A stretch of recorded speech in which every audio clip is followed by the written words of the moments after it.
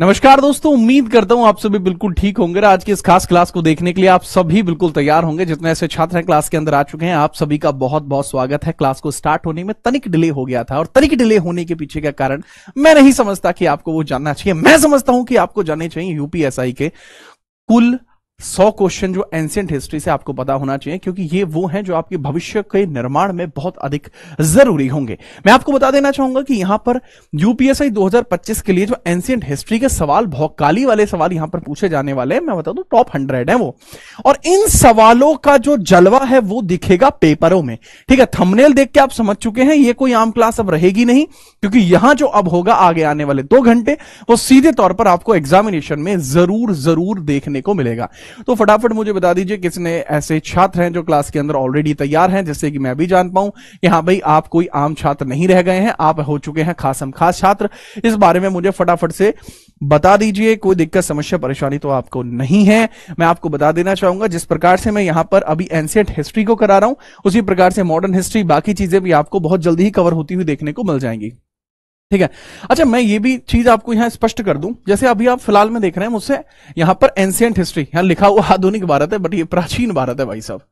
ये प्राचीन भारत आपको देखने को मिल रहा है, जिसको हम यहां पर कवर करेंगे एंशिएंट हिस्ट्री के तौर पर। तो यहां पर प्री हिस्टोरिक एज है, इंडस वैली है, ये सारे के सारे टॉपिक आपको आज की क्लास के अंदर देखने को मिलेंगे, बहुत जरूरी वाले। ठीक है, दूसरी बात यहां पर ये बच्चे कि जैसे मैं अभी एंशिएंट हिस्ट्री करा रहा हूं, उसी प्रकार से मैं आपको मॉडर्न भी कराऊंगा, उसी प्रकार से मैं आपको मिडाइवल भी कराऊंगा। और यही नहीं, अभी और सुनिए, इसके अलावा बाकी के जो जीएस के सब्जेक्ट्स होते हैं वो भी आपको यहीं अपने ही खुद के चैनल जीत राणा जीएस पर भी देखने को मिल जाएंगे।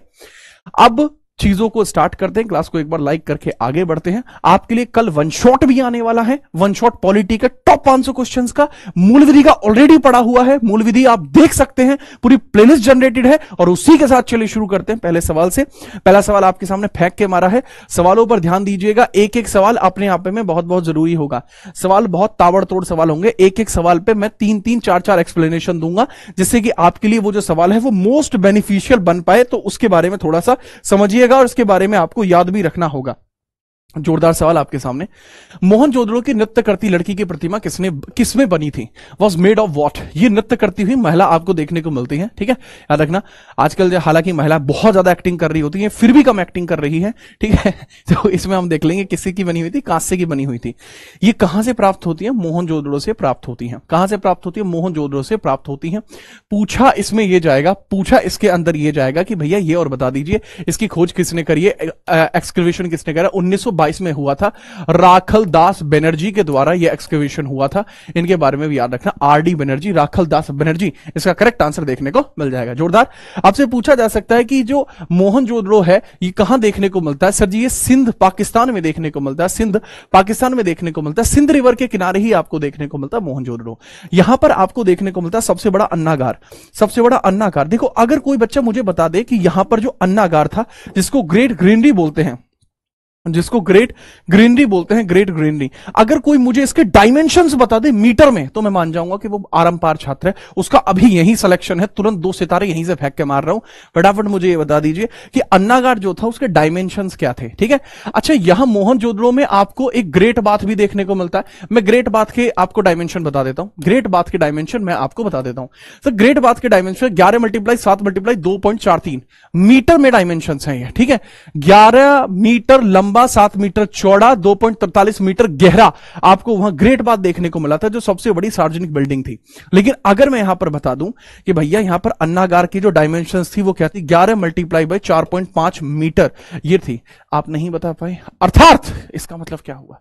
आपको दरोगा बनने में टाइम लगेगा। ध्यान से पढ़िए, पढ़िए ध्यान से। एक करा 3-7 बताऊंगा अभी, अरे तो ये आपको देखने को मिला। अच्छा यहां पर स्टुअर्ट पिगट नाम के एक पर्सन है, स्टुअर्ट पिगट नाम के एक पर्सन है, उनका भी एक अलग जलवा रहा है। तो स्टुअर्ट पिगट के द्वारा एक स्टेटमेंट दिया गया था। स्टुअर्ट पिगट ने एक स्टेटमेंट दिया था, उसने कहा था कि मोहनजोदड़ो और हड़प्पा ये इंडस वैली सिविलाइजेशन की, मोहनजोदड़ो और हड़प्पा इंडस वैली सिविलाइजेशन की जुड़वा राजधानी है। इनके बारे में भी आप याद रखेंगे। सेकंड नंबर का सवाल, सिंधु सभ्यता का सबसे बड़ा भारतीय स्थल कौन सा है? ऐसा कौन सा सिंधु घाटी सभ्यता का स्थल है जो सबसे बड़ी साइट आपको देखने को मिलती है? देखो आपने सुना होगा, ठीक है, दूध दही के खाने का यो मानस हरियाणा का, आपने सुना है, बहुत बढ़िया। इसका मतलब क्या है? देखिए जी, हरियाणा के जो लोग हैं थोड़े लंबे कद काठी के, मजबूत देखने को मिलते हैं, ठीक है, और ठीक है, और दूसरी बात आपको यहां देखने को मिलती है, बढ़िया चीजें आपको देखने को मिलती है, मजबूत जिसे कह सकते हैं। तो उसी प्रकार से आपको लोथल गुजरात में देखने को मिलता है, राखीगढ़ी हरियाणा में देखने को मिलता है, Chanhudaro that is in Pakistan, ये तो बहुत छोटा है, तुच्छ है, ये तो धौलावीरा गुजरात में देखने को मिलता है। देखो चनहुद्रो जो था, यह है पहला औद्योगिक केंद्र के तौर पर भी देखने को मिला, ये ग्रामीण क्षेत्र में भी था, यहां पर कोई सिटाडेल नहीं था, यहां कोई सिटाडेल आपको देखने को नहीं मिलता, यहां कोई दुर्ग भी देखने को नहीं मिलता, लगभग ग्रामीण क्षेत्र जैसा इसका हिसाब किताब था। करेक्ट आंसर इसमें होगा राखीगढ़ी हरियाणा। ये आपको सिंधु घाटी सभ्यता का सबसे बड़ा भारतीय स्थल देखने को मिला है, सिंधु घाटी सभ्यता का सबसे बड़ा भारतीय स्थल आपको देखने को मिला है, ठीक है, याद रखेंगे, जोरदार। आगे, निम्नलिखित में से किस हड़प्पा संरचना में पानी के रिसाव को रोकने के लिए डामर की पतली परत लगाई गई थी? ये देख रहे हो सवाल, लेवल देख रहे हो सवाल का, डामर की पतली परत लगाई गई है, वो कहां पर लगाई गई है उसके बारे में बात की जा रही है, उसके बारे में बताइए। डामर की एक पतली परत लगाई गई है। अच्छा, जल निकासी को लेकर कई बार सवाल बनते हैं कि भाई जल निकासी के सवाल बनाइए, वो आपको कहां देखने को मिलते हैं, बताओ फटाफट। ठीक है, चलो अगर मैं बता दूं, जो बिटुमिन यूज किया गया है, बिटुमिन स्विमिंग पूल में यूज होता है आज की डेट में। स्विमिंग पूल में सर क्या स्विमिंग पूल में नहाना चाहिए? मैं बिल्कुल सख्त खिलाफ हूं इस चीज के। नहाना है तो प्राइवेट स्विमिंग पूल होना चाहिए, तो ही उसमें नहाने का फायदा है।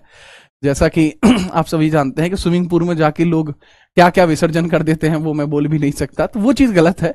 लेकिन उस जमाने के जो लोग थे वो ज्यादा डेवलप थे, ज्यादा दिमागदार थे, उन्हें बिटुमिन का यूज किया था जिससे कि पानी का रिसाव ना हो, ठीक है, और ये पानी का रिसाव ग्रेट बाथ के अंदर यूज किया गया था, ठीक है। ये कहां देखने को मिलता है? मोहनजोदड़ो में देखने को मिलता है, मोहनजोदड़ो में आपको देखने को मिलता है, ठीक है, दारों में देखने को मिलता है, मोहनजोदड़ो में देखने को मिलता है।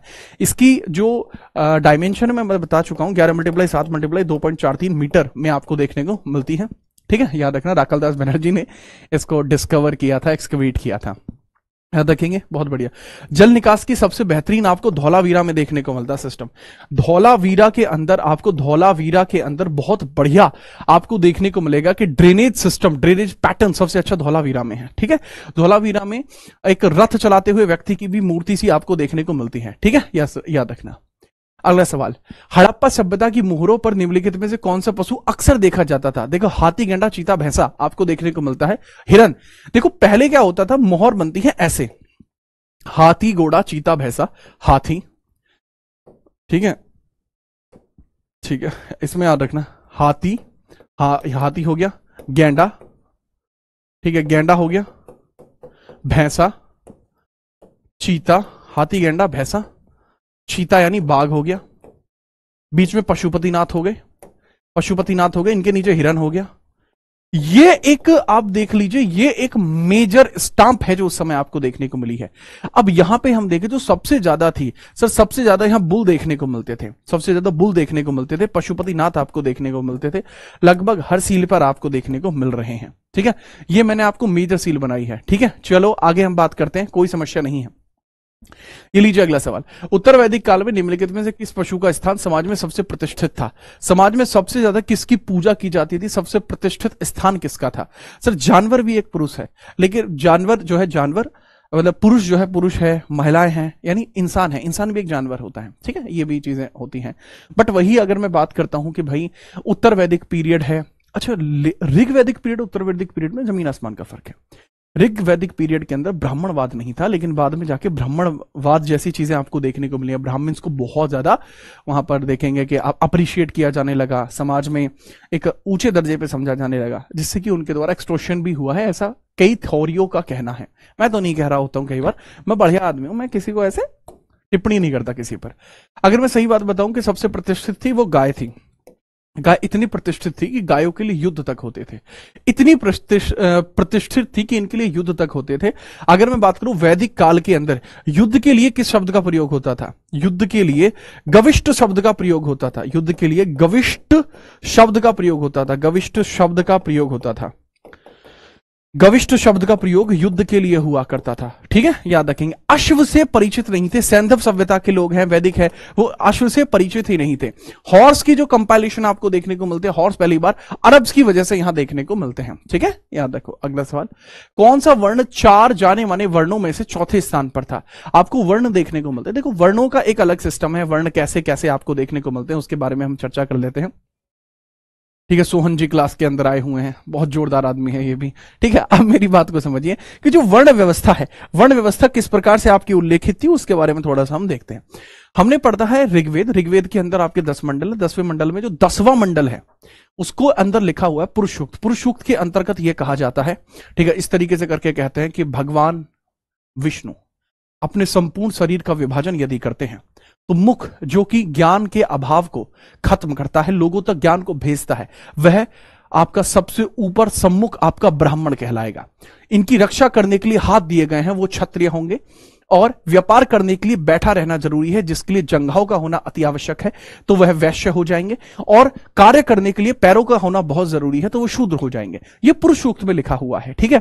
अहिष मुखे ब्राह्मणे, ठीक है, ये करके आपका लिखा हुआ है। तो सीधी तौर पर बात यह है, पूछा है which one is in the fourth position, तो सर वह आपको देखने को मिलता है शूद्र। शूद्र फोर्थ पोजीशन में है, यह पुरुष सूक्त में लिखा हुआ है, ये पुरुष सूक्त के अंदर लिखा हुआ है। तो आप याद रखेंगे पुरुष सूक्त में लिखा हुआ है कि भैया फोर्थ पोजीशन में आपको देखने को मिलते हैं जिनको बोला जाता है शूद्राज। क्षत्रिय दूसरे पोजीशन में है। अच्छा एक सवाल मुझे बताइए, एग्रीकल्चर के लिए कौन जिम्मेदार थे? एग्रीकल्चर कौन किया करते थे? एग्रीकल्चर के लिए जिम्मेदार कौन है? एग्रीकल्चर के लिए जिम्मेदार कौन है मुझे बताइए। अब इसमें आप चौंक जाएंगे, क्यों चौंक गए ना, फटाफट बताइए, ठीक है। चलिए, एक बच्चा है भरत कुमार उनका नाम है, चलो आईडी बदल के, अरे रियल आईडी से आओ भाई, आगे हम बात करते हैं। बढ़िया आदमी हूं मोहित, मैं सच बता रहा हूं आगे हम बात करते हैं,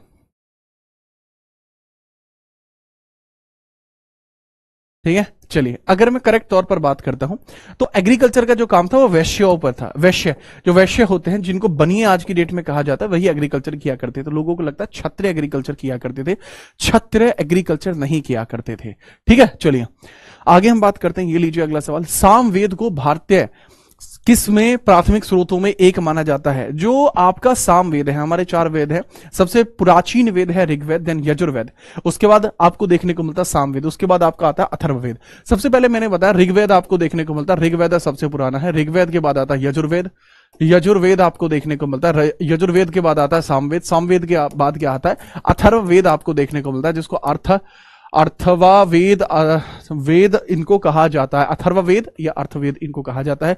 ऋग्वेद को पढ़ने वाला होत्र कहलाता है, यजुर्वेद को कहलाने वाला जो कहलाता है आपका अधर्व्यू कहलाता है, अधर्व्यू कहलाता है। सामवेद को पढ़ने वाला उद्गात्री कहलाता है, उद्गात्री कहलाता है, और अथर्ववेद को पढ़ने वाला ब्रह्म कहलाता है। कई बार ब्राह्मण टर्म का यूज भी किया गया है।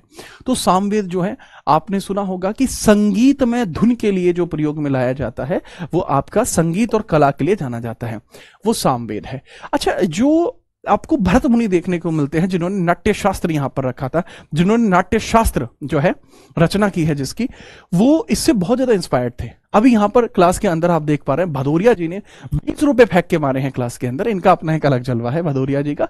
इनके घर वालों ने कहा था कि ये लो 20 रुपए और भूल जाओ उस लड़की को। तो आप सोच रहे होंगे कि एक लड़की को भूलने के लिए 20 रुपए क्यों? उसके पीछे क्या अलग कारण है मैं बता नहीं सकता, क्योंकि इनके घर वालों की नजरों में 20 रुपए वैल्यू थी इनकी। अब आप सोच रहे हो कि मैंने इस आदमी को इतना रोस्ट क्यों कर दिया। तो यार मैं आपको बता दूं,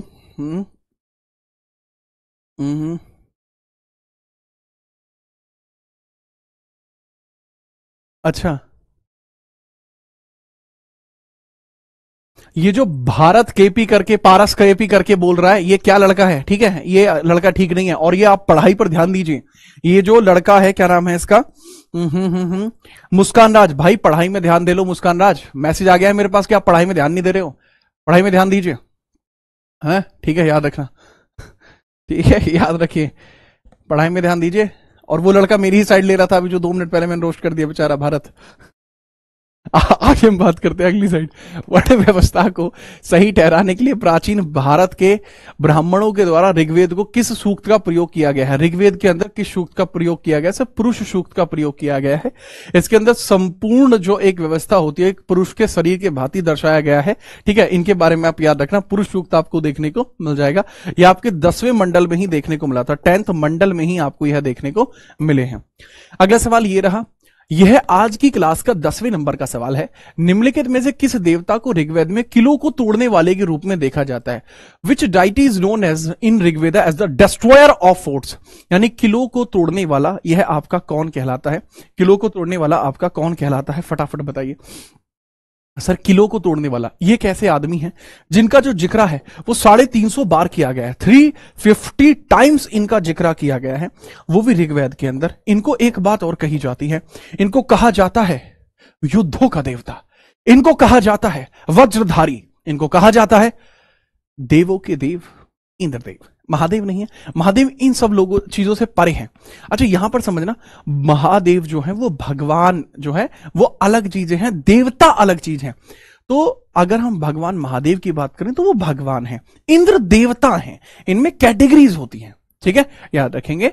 आगे बढ़िए, अगला सवाल ये रहा कंप्यूटर स्क्रीन पर। निम्नलिखित वेदों में से सबसे किसे ब्रह्म वेद के नाम से भी जाना जाता है? ये बहुत ही आसान हो जाएगा। ब्रह्म वेद के बारे में पूछा जा रहा है, किस वेद को जाना जाता है? फटाफट बताइए। ठीक है, चलिए। ठीक है, चलो। ओके यार, कमेंटों का साइज बढ़ा दो, मुझे दिख नहीं रहे। अच्छा, दा पारस नाम का लड़का, दा पारस 112। अच्छा ये है, कह रहा है, नहीं नहीं ऐसे नहीं, जूम करेंगे आप। हाँ ओके ठीक है। दा पारस नाम का लड़का, देखो पढ़ने वाले तो कहीं भी पढ़ लेते हैं, घर वाले ये कह रहे होते हैं, पढ़ने वाले तो कहीं भी पढ़ लेते हैं। और दा पारस भाई मान जा, ठीक है, मान जा भाई मान जा, ऐसे मत कर, मत भड़काओ मुझे वत्स, मत भड़काओ। ठीक है, पितामह भीष्म का डायलॉग है ना। ठीक है ठीक है ठीक है भाई।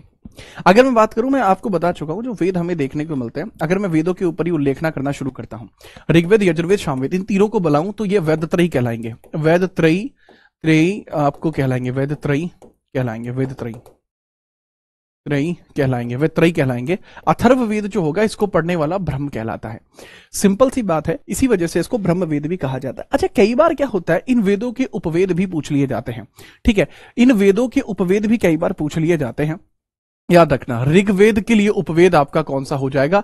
सर आयुर्वेद इसके उपवेद हो जाएगा, आयुर्वेद उसका उपवेद हो जाएगा। उपवेद की बात कर रहा हूं तो आयुर्वेद क्या हो जाएगा? इसका उपवेद हो जाएगा। यजुर्वेद का फटाफट बताइए, वो हो जाएगा धनुर्वेद, इसका धनुर्वेद करके उपवेद इसका हो जाएगा। ठीक है, याद रखना, इसका हो जाएगा गंधर्व वेद, गंधर्व वेद इसका हो जाएगा। ठीक है, और इसका अगर मैं बात करता हूं तो वो शिल्प वेद हो जाएगा, शिल्प वेद हो जाएगा, अंतिम वेद ये है। तो ये इसके उपवेद भी आपको देखने को मिलते हैं, बार बार आपसे पूछा जाता है वत्स, इसके बारे में याद रखना। अगला सवाल, निम्नलिखित यज्ञ में से कौन सा घोड़े के बलिदान से संबंधित है? इसमें से ये बता दीजिए। पहले जमाने में युद्ध होते, देखो वैदिक काल में 8 प्रकार के विवाह होते थे। कितने प्रकार के? 8 प्रकार के विवाह होते थे। दूसरा यहां पर यह है, पूछा यह भी जाता है कि आपके जो यज्ञ होते थे उनके बारे में भी बहुत सारी चर्चाएं की जाती हैं कि आपके कई अलग अलग प्रकार के आपके जो है यज्ञ भी होते थे। उन यज्ञों के बारे में आप मुझे बताइए, कौन सा यज्ञ आपको देखने को मिलता है? सर जी जिसमें बलि दी जाती थी घोड़े की, वो मुझे बताओ। बहुत बढ़िया, जोरदार जोरदार। आगे हम बात करते हैं। देखो बच्चे, अगर मैं बताऊं, वाजपेयी यज्ञ तब किया जाता था जब एक राजा अपने पद को धारण करने के बाद अपने राज्य भ्रमण पर निकलता था। ठीक है, याद रखना। अब इसके अलावा जो अश्वमेघ यज्ञ होता था, अश्वमेघ यज्ञ घोड़े के बलिदान से संबंधित होता था। एक राजा अपने परम प्रतापी प्रताप को दर्शाने के लिए यज्ञ करता था। जो घोड़ा होता था उसको छोड़ देता था यज्ञ करने के बाद कि जहां तक ये घोड़ा पहुंचेगा वहां तक साम्राज्य हमारा होगा, या फिर जिसमें क्षमताएं हैं वो हमें रोक के दिखा दे। ये इनका लेवल रहता था, अलग ही चीजें आपको यहां देखने को मिलती थी। आगे हम बात करते हैं, ये लीजिए अगला सवाल कंप्यूटर स्क्रीन पर। भारत में वैदिक काल की अवधि कब से कब तक चली है? What was the period of the वैदिक एज इन इंडिया? भारत में वैदिक काल की जो अवधि है वो कब से कब तक चली है? फटाफट बता दीजिए। वैदिक काल मेरे भैया 2 तरीके से आपको देखने को मिलता है। ठीक है, वैदिक काल जो है आपको 2 प्रकार से देखने को मिलता है, 1500 से लेकर 1000। ये तो हो गया आपका ऋग्वैदिक काल, ये तो हो गया आपका ऋग्वैदिक काल, हो गया ऋग्वैदिक एज हो गया। ठीक है, 1000 से लेके 600, ये आपका हो गया लेटर वैदिक पीरियड, ये आपका लेटर वैदिक पीरियड हो गया। तो दो प्रकार से आपको देखने को मिलेगा, ऋग वैदिक एंड लेटर वैदिक। तो करेक्ट आंसर होगा 1500 से लेके 600 बीसीई का जो पीरियड है ये आपको देखने को मिलता है वैदिक एज के अंतर्गत। ये लीजिए, खींचिए मीटर। अगला सवाल, अच्छा इसी में अगर मैं पूछूं इंडस वैली सिविलाइजेशन का टाइम बताइए, इंडस वैली सिविलाइजेशन का टाइम बताइए, ठीक है, सिविलाइजेशन का टाइम मुझे बताओ। सिंधु घाटी सभ्यता का समय भी आप मुझे बताइए, सिंधु घाटी सभ्यता का समय बताओ, सिंधु घाटी सभ्यता का समय भी आप मुझे बताओ, सिंधु घाटी सभ्यता का समय भी आप मुझे बता दीजिए लल्ला कि सिंधु घाटी सभ्यता का समय क्या रहा है, जिसको चैल्कोलिथिक पीरियड भी कहा जाता है, ताम्रपाषाण युगीन सभ्यता। ठीक है, चलिए देखो, अगर मैं सिंधु घाटी सभ्यता के टाइम की बात करता हूं तो 2500 से लेकर 1750 बीसीई उसका समय रहा है, तो उसके लिए भी आप थोड़ा सा याद रखेंगे। ठीक है, 2500 से लेकर 1750 बीसीई उसके लिए टाइम रहा है। करेक्ट लेवल पे हम बात करते हैं। ये लीजिए अगला सवाल, शुरुआत में मगध महाजनपद की राजधानी निम्नलिखित में से कौन सी थी? दिल्ली पुलिस कांस्टेबल में आया हुआ सवाल है, पर मैं यूपी में भी करा देता हूं। ठीक है, अपना क्या लेवल है, बहुत सारे बच्चे दिल्ली पुलिस के लिए भी तैयारी कर रहे हैं, अभी कमेंट भी कर रहे हैं काफी सारे बच्चे दिल्ली पुलिस के लिए, दिल्ली पुलिस के लिए काफी सारे बच्चे कमेंट भी कर रहे हैं, तो वो बच्चे भी मुझे बता देंगे। कोई समस्या आपको भी है तो आप भी बता दीजिए। ठीक है, बताइए फटाफट से, कोई समस्या अगर आपको भी है तो। कैपिटल आपको क्या देखो, महाजनपद में से जो आपका मगध था वो बहुत ज्यादा चरमोत्कर्ष पर पहुंचा। इसके पीछे का कारण, वहां पर आपको अच्छे संसाधन देखने को मिले, वहां आपको देखने को मिला हाथी अच्छे हैं, आपको देखने को मिला लोहा अच्छा है, महत्वाकांक्षी शासक हैं, हर्यंका डायनेस्टी जैसी मजबूत डायनेस्टीज हैं, तो आपको वहीं देखने को मिलता। राजगृह गिरिब्रज, ये इसका पूरा नाम जो है, राजगृह का दूसरा नाम राजगीर भी था, इसी को कहा जाता था, गिरिब्रज भी कहा जाता था, तो सब इसी के नाम है। ठीक है, सब इसी के नाम है। तो that was the capital of Magadha.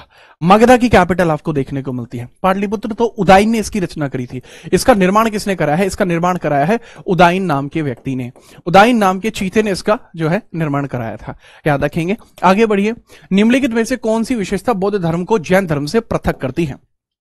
Delhi police 2020 में सवाल आया था कि जो जैन धर्म से अलग करती है बौद्ध धर्म को, वो चीज आपको क्या देखने को मिलती है? फटाफट आप बताएंगे बिना किसी परेशानी के। ठीक है, चलिए चलो फटाफट से, फटाफट बताओ। Believe in good deeds. अच्छा, दोनों के अंदर मैं अगर दोनों धर्मों की बात करूं, दोनों ही धर्म ये कहते हैं, दोनों ही धर्म ये कहते हैं कि भैया जी अच्छे कामों में भरोसा करिए, कि तुम अच्छा करोगे तुम्हारे साथ अच्छा होगा, तुम बुरा करोगे तुम्हारे साथ बुरा होगा। सिंपल, ये तो सर दोनों ही मानते हैं। जीवित प्राणियों के प्रति अहिंसा, दोनों ही अहिंसा पर चलते हैं। हाँ सर, दोनों ही अहिंसा पे चलते हैं, ये भी स्टेटमेंट सही है, दोनों ही अहिंसा पे चलते हैं। वेदों की सत्ता की अस्वीकृति, rejection of the authority of Vedas, दोनों ही वेदों को नहीं मानते, दोनों ही वेदों को नहीं मानते। और इसमें टर्म देखने को मिलता है आचरण और आत्मनिर्वाण का चरम स्वरूप, extreme form of conduct and self निर्वाण।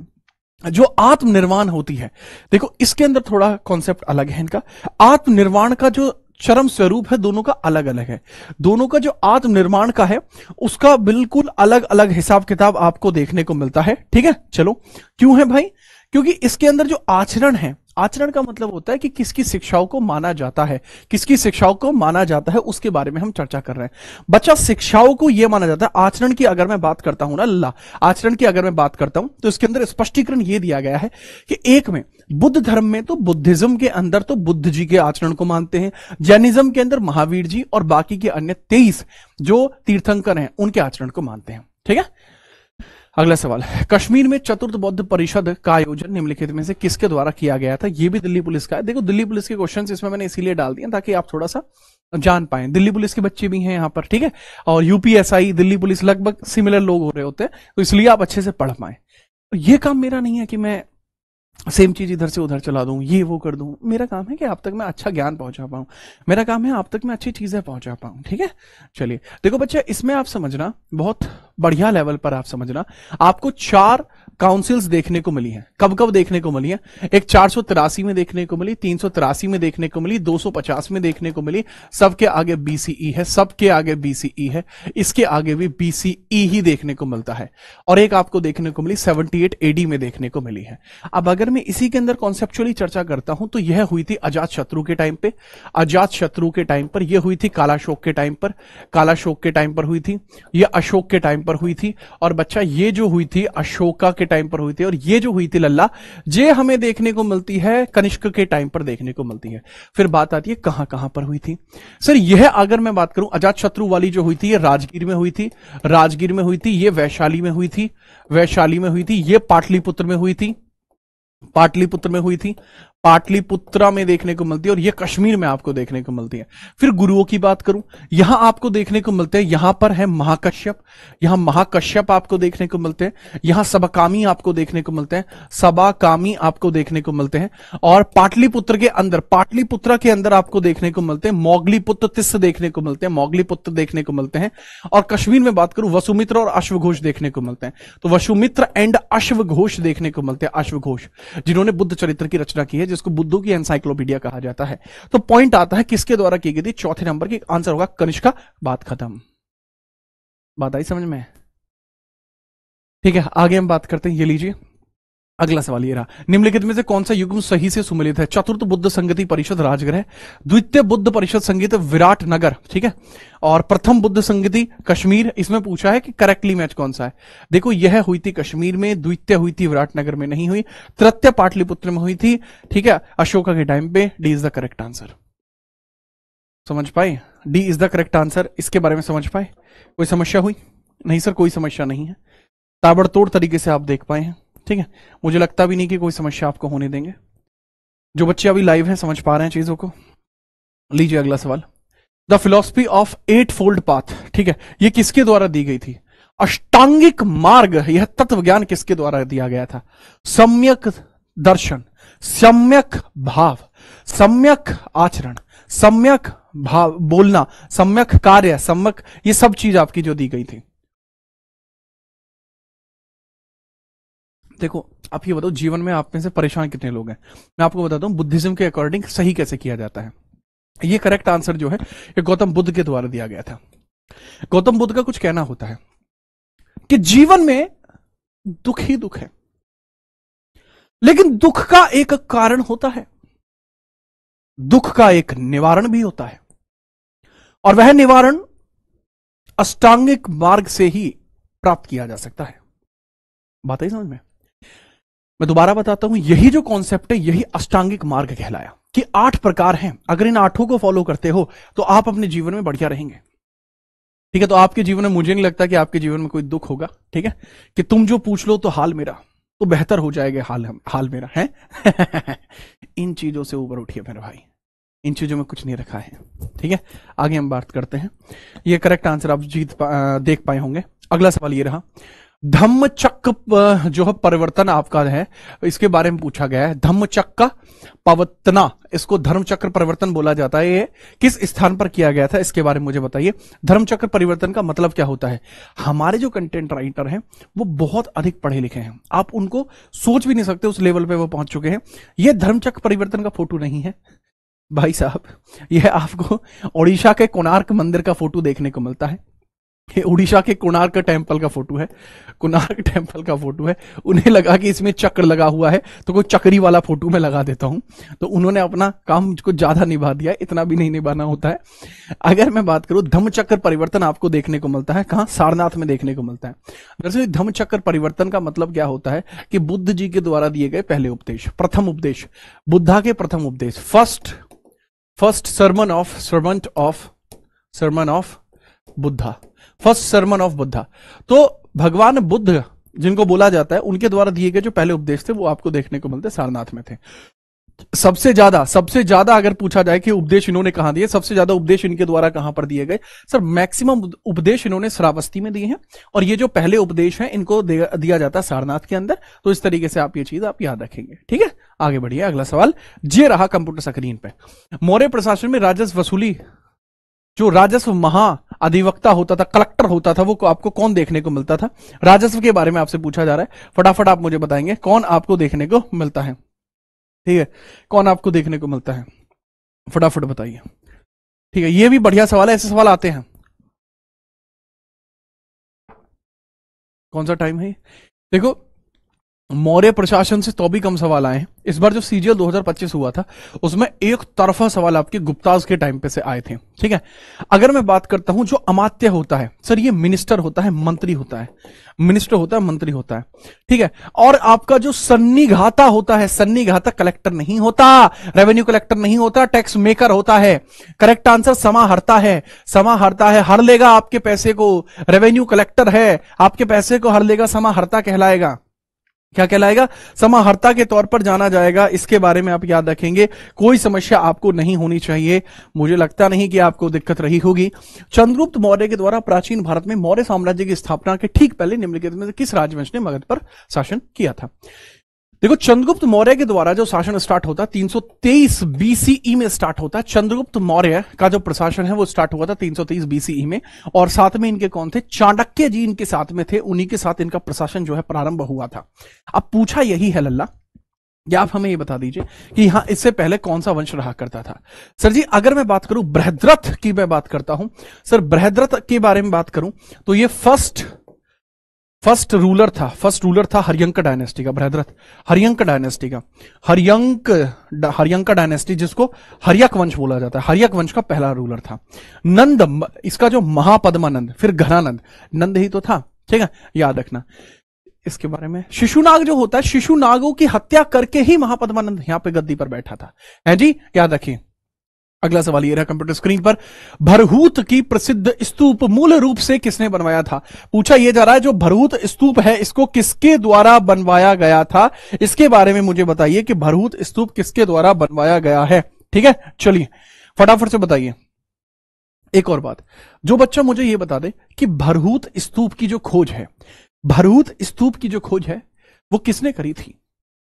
मॉडर्न टाइम्स की बात कर रहा हूं कि किसको पता लगी कि भरहूत स्तूप है।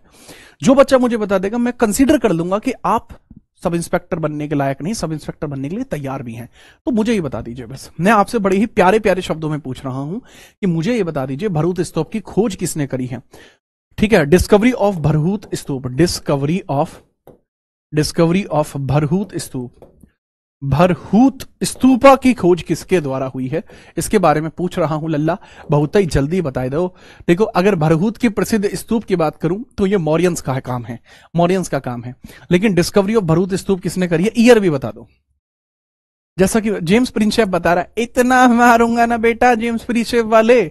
जेम्स प्रिंसेप अगर कोई बता रहा है, प्रिंसेप अगर कोई बता रहा है, 1837 की बात है। उस समय में बहुत छोटी उम्र का था। उस समय अशोक के शिलालेखों को इसने खोज डाला, अशोक शिलालेखों को खोज डाला, शिलालेख से संबंधित इनका नाम है। इनका नाम इससे रिलेटेड देखने को ही नहीं मिलता। जेम्स टेलर अगर किसी ने कहने की कोशिश करी तो फिर देखो बेटा, जेम्स टेलर जो था उसने एलोरा केव्स को खोजा है, एलोरा केव्स को खोजा है। लेकिन यहां अगर आएगा 1873 के अंदर खोजा गया था, और यह खोजा था अलेक्जेंडर कनिंघम ने, अलेक्जेंडर ने खोजा था, अलेक्जेंडर कनिंघम ने खोजा था, कनिंघम के द्वारा खोजा गया था, याद रखेंगे। करेक्ट आंसर की बात करें मौर्यंस है, बट शुंगों ने इसके अंदर क्या करा था, शुंगों के द्वारा इसके अंदर पुनरुद्धार किया गया था। पुनः उद्धार जो किया है, रिनोवेट जो किया है, वो शुंगास के द्वारा रिनोवेशन किया गया है। ठीक है, चलिए आगे हम बात करते हैं। अगला सवाल ये रहा, सिकंदर की मृत्यु के बाद चंद्रगुप्त मौर्य के द्वारा पराजित हुए सिकंदर के सेनापति का नाम बताइए। देखो, मुझे बताओ, दहेज लोगे क्या आप अपनी शादी में? ठीक है, क्या आप अपनी शादी में दहेज लोगे? मैं फिर तुम्हें एक बहुत बड़े दहेज की बात करूंगा कि इनको एक बहुत तगड़ा ही दहेज मिला था, दहेज की बात करूंगा। हालांकि दहेज जैसी चीजें अच्छी नहीं होती, ठीक है, मैं इस चीज के सख्त खिलाफ हूं। आगे बात करते हैं, यहां पे बात करते हैं कौन कौन लोग आपको यहां देखने को मिल रहे हैं। विवाह वगैरह की बात हम यहां पर कर रहे हैं। चलो जी, बढ़िया आदमी है। अलेक्जेंडर की मृत्यु होती है। पहली बात तो अलेक्जेंडर ने एक शहर बचाया था, बाउकेफला, ठीक है, वो नजदीक में ही बसाया था उसने। अब यहां पर बात करते हैं चंद्रगुप्त मौर्य का एक बैटल होता है जिसको बोलते हैं बैटल ऑफ एपिनायस। एपिनायस इसलिए क्योंकि एपिनायस आपको वहां देखने को मिलता है, एक राइटर जो ग्रीक राइटर है एपिनायस, उसी के द्वारा लिखा गया है। ठीक है, करेक्ट आंसर होगा सेल्यूकस निकेटर। सेल्यूकस निकेटर की एक बेटी हुआ करती थी जिसका नाम था कार्नोलिया। कार्नोलिया जिसका नाम था, प्यार से उसको लोग हेलेना हेलेना कहा करते थे, हेलेना कहा करते थे। विवाह हो जाता है तो कार्नोलिया वेड्स जो है अपने चंद्रू भाई, तो चंद्रगुप्त मौर्य के विवाह हो जाता है। विवाह के बाद चंद्रगुप्त क्या कहता है लगभग 500 हाथी वो सेल्यूकस निकेटर को दान में दे देता है। और अगर हम बात करें जो कार्नोलिया यानी हेलेना जो है, इसके पिता सेल्यूकस निकेटर 4 शहर दान में दे देते हैं। आपने सुना होगा बॉम्बे को कभी दान में दिया गया था, यहां 4 शहरों को एक बार में दान में दे दिया गया। ठीक है, चलिए कौन कौन से? काबुल, कंधार, हेरात, मकरान। काबुल, कंधार, हेरात, मकरान। हेरात, मकरान, हेरात, मकरान। सर इतना बड़ा राजा, क्या इसको दहेज की जरूरत थी? दरअसल ये दहेज नहीं था, ये टैक्सेशन कलेक्शन सिस्टम था, और ये शादी भी शादी नहीं थी। ठीक है, याद रखेंगे, ये सिर्फ एक पॉलिटिकल डेवलपमेंट था। ठीक है, टॉलमी के द्वारा एक ज्योग्राफिकल किताब लिखी गई है, नाम जरूर बताइएगा उस ज्योग्राफी की किताब का क्या है। सांची का महान स्तूप जो है ये किसके द्वारा बनवाया गया है, इसके बारे में मुझे बताएंगे। सांची का जो महान स्तूप है ये किसके द्वारा बनवाया गया है? आप हर कोई जानते हैं सांची का महान स्तूप ये मध्य प्रदेश में आपको देखने को मिलता है। बुद्ध, ठीक है, बुद्ध को जानते हैं आप। बुद्ध जी की जब डेथ होती है तो उनके जो साक्ष्य बचे, जो बुद्ध जी के साक्ष्य बचे, उनको 7 अलग अलग स्तूपों में रखा गया, जिसमें से 3 स्तूप भारत में है। पहला एक है एमपी के भरहूत स्तूप के अंदर, भरहूत में है। ठीक है, दूसरा आपको सांची के स्तूप में, और तीसरा आपको धामेक वाराणसी वाले स्तूप में देखने को मिलता है। बाकी सब इंडिया के बाहर है। ये अशोका के द्वारा निर्मित कराए गए थे, लेकिन इसका जो आउटर बाउंड्री देखने को मिलती है, जिसको तोरण कहा गया है, तोरण जो देखने को मिलता है, तोरण का निर्माण किसने कराया था? सर तोरण का निर्माण जो कराया गया है, तोरण का निर्माण जो कराया गया है सर, ये कोई और नहीं करा सकता था, इसको पुष्यमित्र शुंग ने कराया था। That is by Pushyamitra Shunga, इसको पुष्यमित्र शुंग के द्वारा कराया गया था। याद रखेंगे, जोरदार। अगला सवाल, अंग्रेजों के शासनकाल के दौरान बलुआ पत्थर के एकाश्मिक स्तंभों को बौद्ध अवधारणाओं के शिलालेखों के साथ साथ क्वेश्चन हाथी और शेर जैसी आकृतियों से अभिव्यक्त किया जाता था। तो आपसे पूछा जा रहा है कि यहां पर जो चीजें हैं वो कैसी आपको देखने को मिली हैं, क्या क्या आपको देखने को मिला है। देखो बच्चा, एक बात को समझना, जो अशोक के स्तंभ से हैं, ठीक है, दौरान बलुआ पत्थर से एकाश्म स्तंभ बौद्ध अवधारणाओं के शिलालेख जो मिलते हैं, उन पर कितने जानवर आपके बने हुए थे? मेजरली उसके ऊपर जो जानवर आपको देखने को मिलते हैं वो है बुल, एलिफेंट और लॉइन। बुल, एलिफेंट और लॉइन, ये 3 ही आपको देखने को मिलते हैं। बुल, एलिफेंट और लॉइन आपको देखने को मिलते हैं, जो बुद्ध धर्म से रिलेटेड देखने को आपको मिलेंगे। ठीक है, चलिए अगला सवाल, अशोक के शासनकाल में निर्मित स्तूपों में से निम्नलिखित में से किस सामग्री के स्तंभ आपको देखने को मिलते हैं? जो स्तंभ आपको देखने को मिलते हैं वो किस सामग्री के बने हुए हैं? काफी आसान हो जाएगा। अबैकस आपको देखने को मिलता है। अबैकस यार वो होता है जिसके ऊपर जानवर बैठा होता था। ठीक है, क्लास को लाइक भी करते रहो। ठीक है, सब प्राइम मिनिस्टर की जो सैलरी है क्या संचित निधि पर भारित होती है? प्राइम मिनिस्टर को सैलरी ही नहीं मिलती लल्ला, मेंबर ऑफ पार्लियामेंट को सैलरी मिलती है। करेक्ट आंसर होगा पत्थर। पत्थर से बने हुए थे, जो पिलर्स हैं वो पत्थर के बने हुए हैं, दैट इज वेरी कॉमन। इसके पिलर्स पत्थर पे बने हुए हैं। आगे बढ़िए, मौर्य काल की जानकारी के स्रोत दीपवंश और महावंश नामक बौद्ध ग्रंथ निम्नलिखित में से किस देश से रिलेट करते हैं? जो आपके दीपवंश और महावंश ये आपके जो रिलेट करते हैं वो किस वंश, किस स्थान से रिलेट करते हैं वो मुझे बताइए।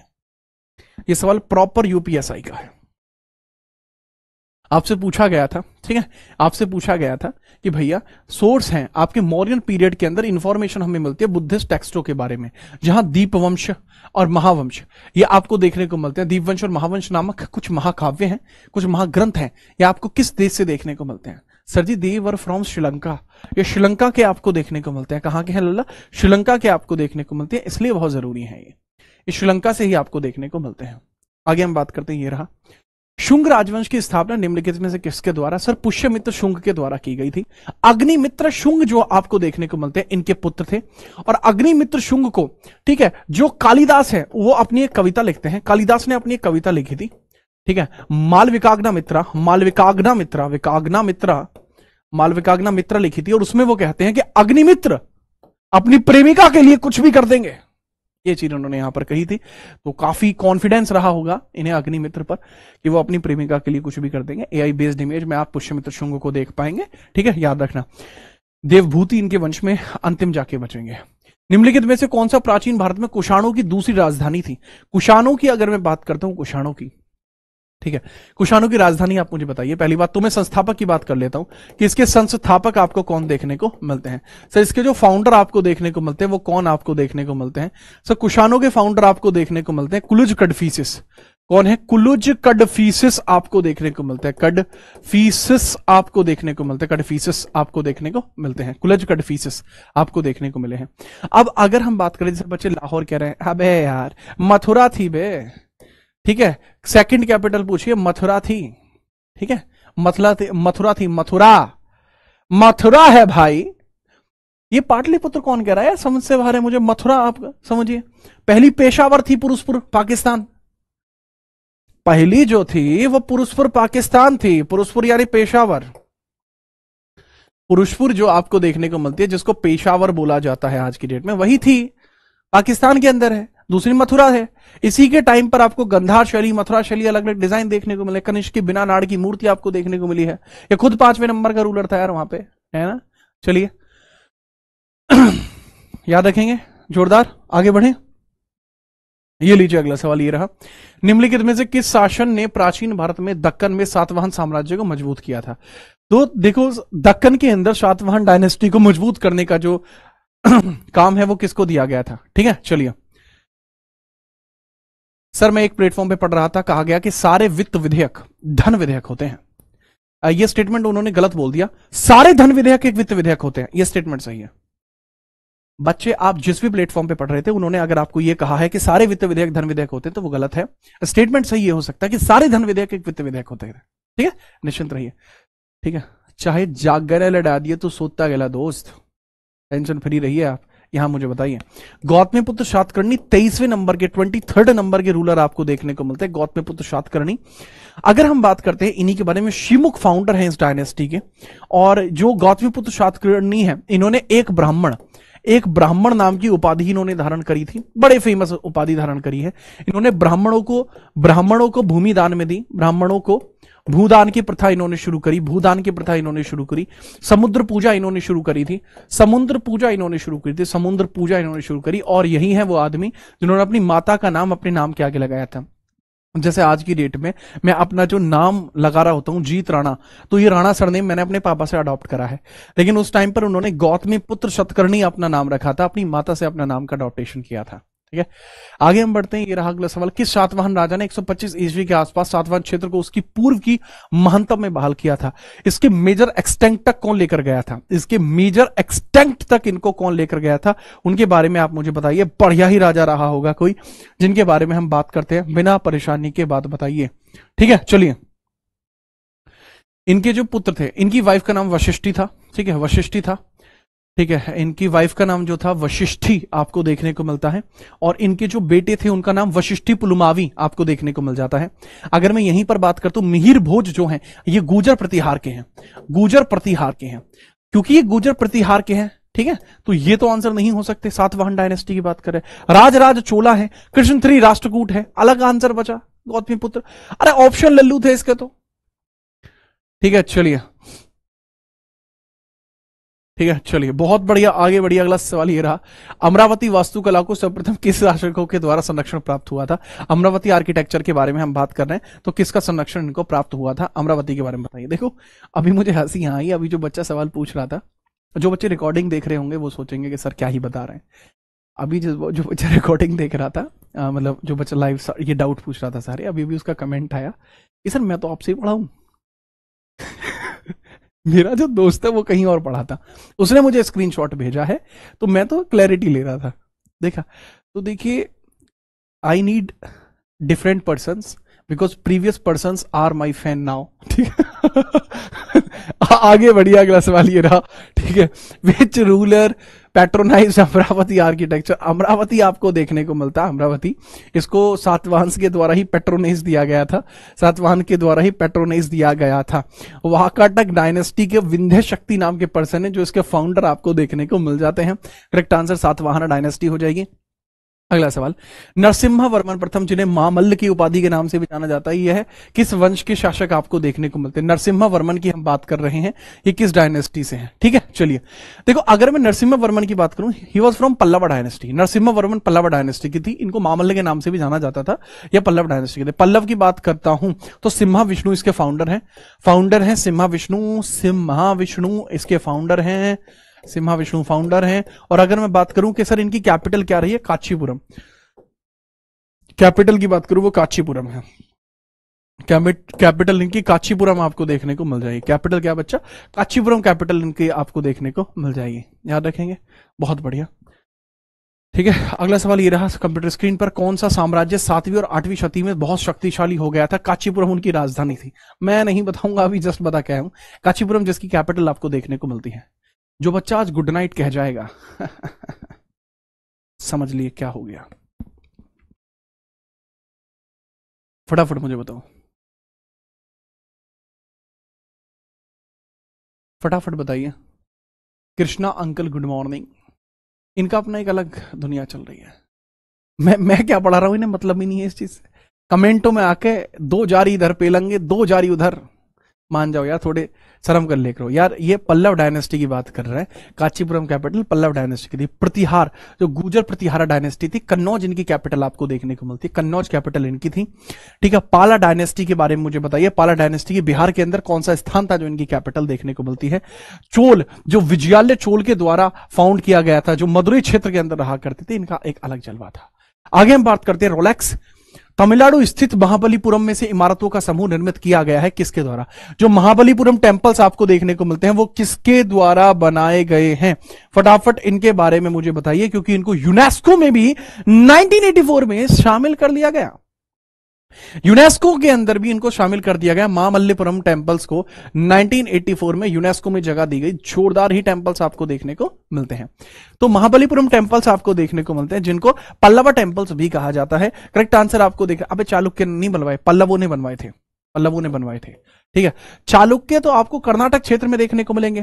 ठीक है, ये जो चालुक्य हैं बाबू, ये आपको कर्नाटक में देखने को मिलेंगे। जो चालुक्य हैं इनकी ब्रांच होती हैं, चालुक्यास की ब्रांच आपको देखने को मिलते हैं। जैसे आपको वातापी देखने को मिलती है, वातापी ब्रांच है इनकी, वातापी है। ठीक है, वातापी ब्रांच है। कल्याणी ब्रांच इनकी आपको देखने को मिलती है।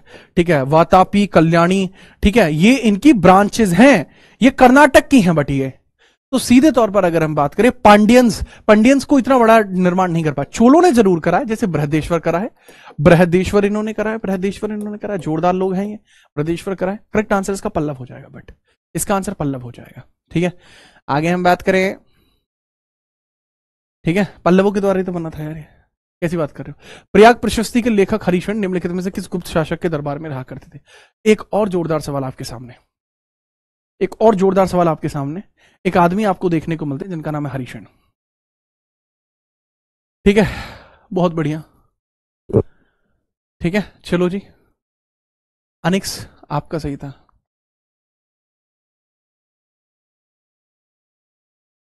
ठीक है, अगर मैं यहीं पर बात करता हूं प्रयाग प्रशस्ति के लेखक हरिशेन के बारे में, तो कौन से गुप्त शासकों में से गुप्त सम्राट के दरबारी कवि रहे हैं?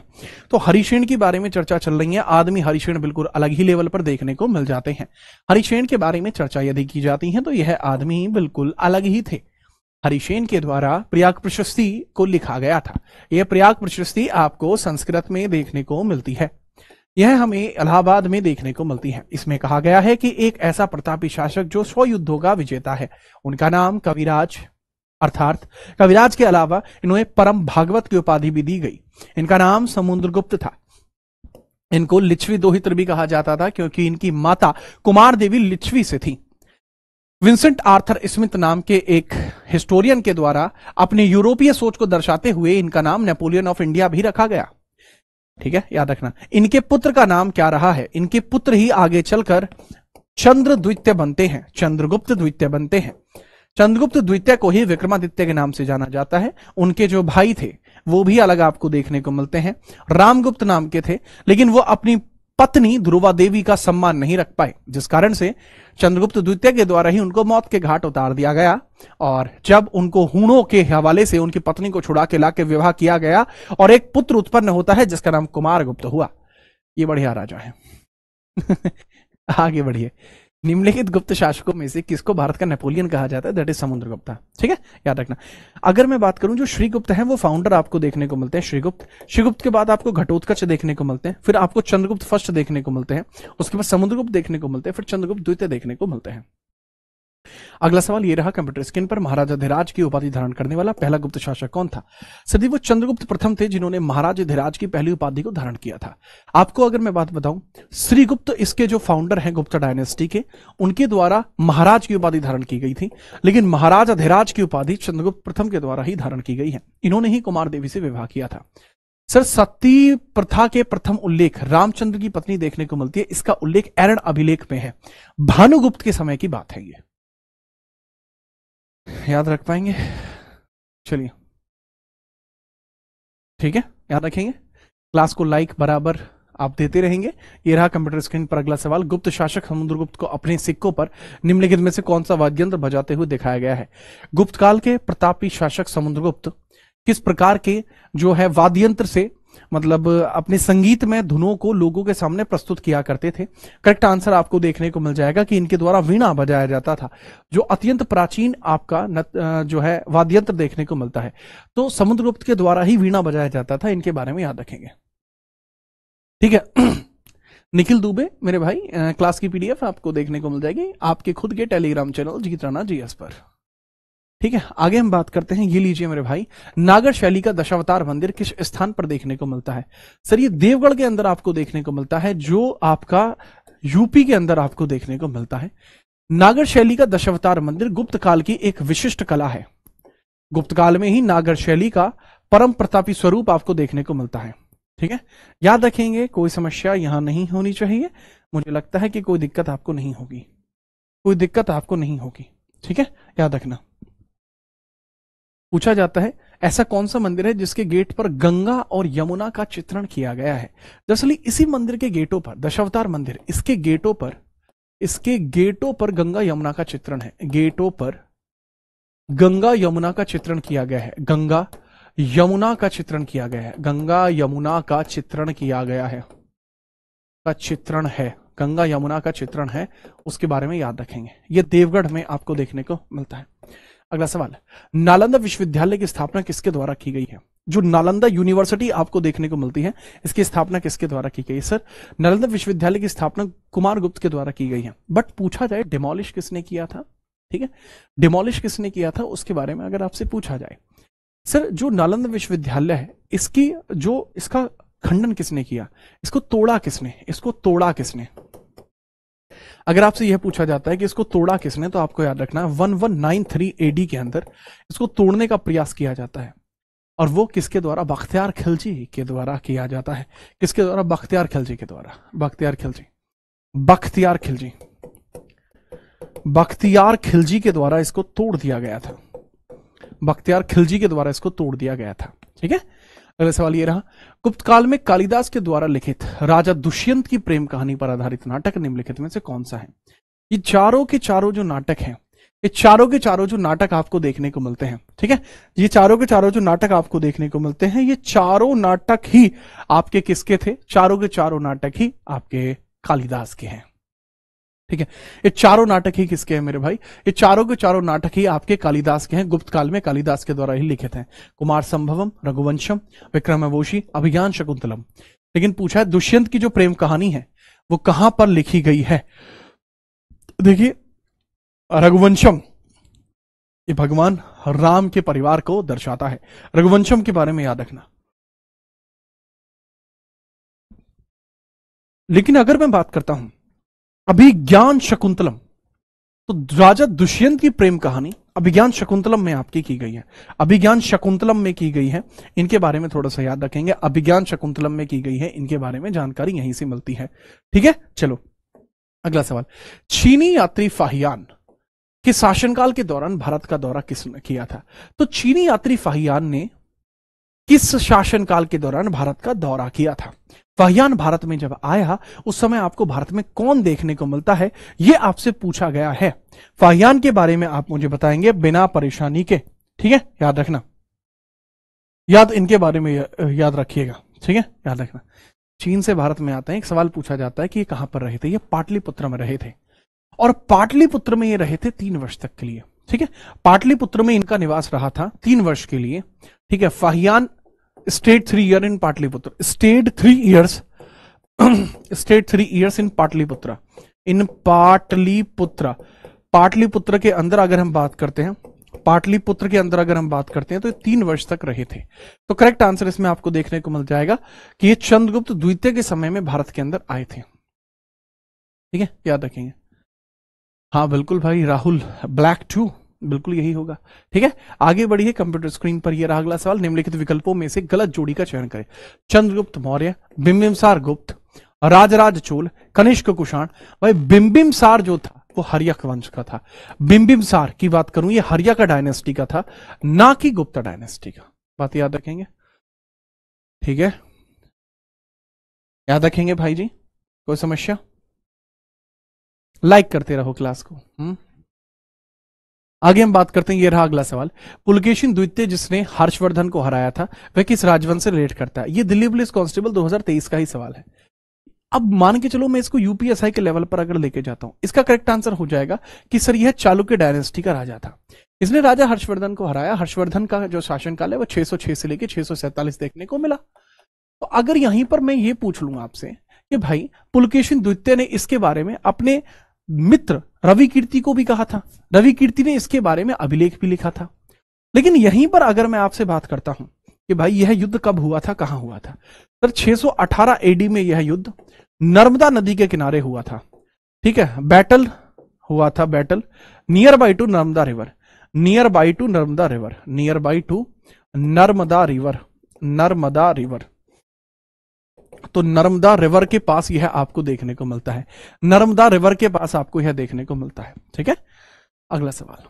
राजपूत वंश के चंदेल राजवंश ने भारत में प्रारंभिक मध्ययुगीन काल में 9वीं से 13वीं शताब्दी के बीच निम्नलिखित में से किस क्षेत्र पर कब्जा रखा? राजपूत डायनेस्टी है चंदेला डायनेस्टी। तो चंदेल डायनेस्टी का जो कब्जा था वो किस क्षेत्र पर था, इसके बारे में आप मुझे बताएंगे। कोई समस्या आपको नहीं होनी चाहिए। इसके संस्थापक कौन है? सर नन्नुक नाम के राजा संस्थापक है। ऐहोल में जिक्र किया गया है बेटा, ऐहोल रवि कीर्ति लिखा पुलकेशिन द्वितीय को लेकर। सर आपसे पढ़कर मेरा जीएस अच्छा हुआ। शुक्ला जी आपका बहुत बहुत आभार। आदर्श जी, मैं चाहता हूं कि इस आदर्श बात को आप बाकी लोगों तक पहुंचाएं। आपके मोहल्ले में अगर कोई अभी भी है तो उसको बताएं। अब जैसे क्लास के अंदर एक कृष्णा यादव नाम का छात्र है जो राक्षसी तागड़ी युद्ध की बात कर रहा है, 1565 है, परंतु उस बात का कोई अर्थ नहीं निकलता क्योंकि वो बच्चा यहां ध्यान नहीं दे रहा। यहां ध्यान जरूरी है। मैंने आपसे पूछा कि राजपूता लीनिएज आपको देखने को मिलता है। लीनिएज का मतलब भी होता है डायनेस्टी। तो चंदेल के जो फाउंडर है वो नन्नुक है। फाउंडर कौन है आपको देखने को मिलते हैं? नन्नुक आपको नए ऊक है, नन्नुक देखने को मिलते हैं। इसमें राजा धंग आपको देखने को मिले हैं जिन्होंने खजुराहो टेम्पल्स का निर्माण किया था। ये बुंदेलखंड क्षेत्र पर कब्जा रखते हैं और इन्होंने ही खजुराहो टेम्पल्स को बनाया है। खजुराहो टेम्पल्स को बनाने का श्रेय इन्हीं को जाता है। खजुराहो टेम्पल्स को इन्हीं के द्वारा ही बनाया गया था। ठीक है, चलिए आगे हम बात करते हैं। नेक्स्ट, 7वीं शताब्दी ईसा पूर्व में कन्नौज के शासक हर्षवर्धन निम्नलिखित में से किस राजवंश के राजा थे? बात हो चुकी है, पुष्यभूति वर्धन डायनेस्टी के राजा थे। पुष्यभूति या इसी को वर्धना डायनेस्टी भी नाम दिया गया है, इसी को वर्धन डायनेस्टी नाम दिया गया है। इसके राजा आपको देखने को ये मिले हैं। ठीक है, याद रखेंगे, याद रखेंगे, बहुत बढ़िया, जोरदार जोरदार आप इनके बारे में याद रखेंगे। ठीक है, जोरदार इनके बारे में आप याद रखेंगे। देखो हर्षवर्धन के द्वारा ही जो बौद्धि वृक्ष को काटने वाला राजा था उसकी हत्या की गई थी। अगला सवाल, निम्नलिखित राजवंशों में से किसके शासनकाल के दौरान गोलकुंडा के किले का निर्माण किया गया था? गोलकुंडा में आपको एक किला देखने को मिलता है, गोलकुंडा फोर्ट आपको देखने को मिलता है। अब उसके बारे में अगर हम बात करते हैं कि भाई यह किसके द्वारा किया गया, वो काकातीय डायनेस्टी देखने को मिलती है जिसके समय में यह निर्माण किया गया था। ठीक है, चलिए, यह प्रताप रुद्रदेव ने मूल तौर पर कराया था। भाई प्रताप रुद्रदेव,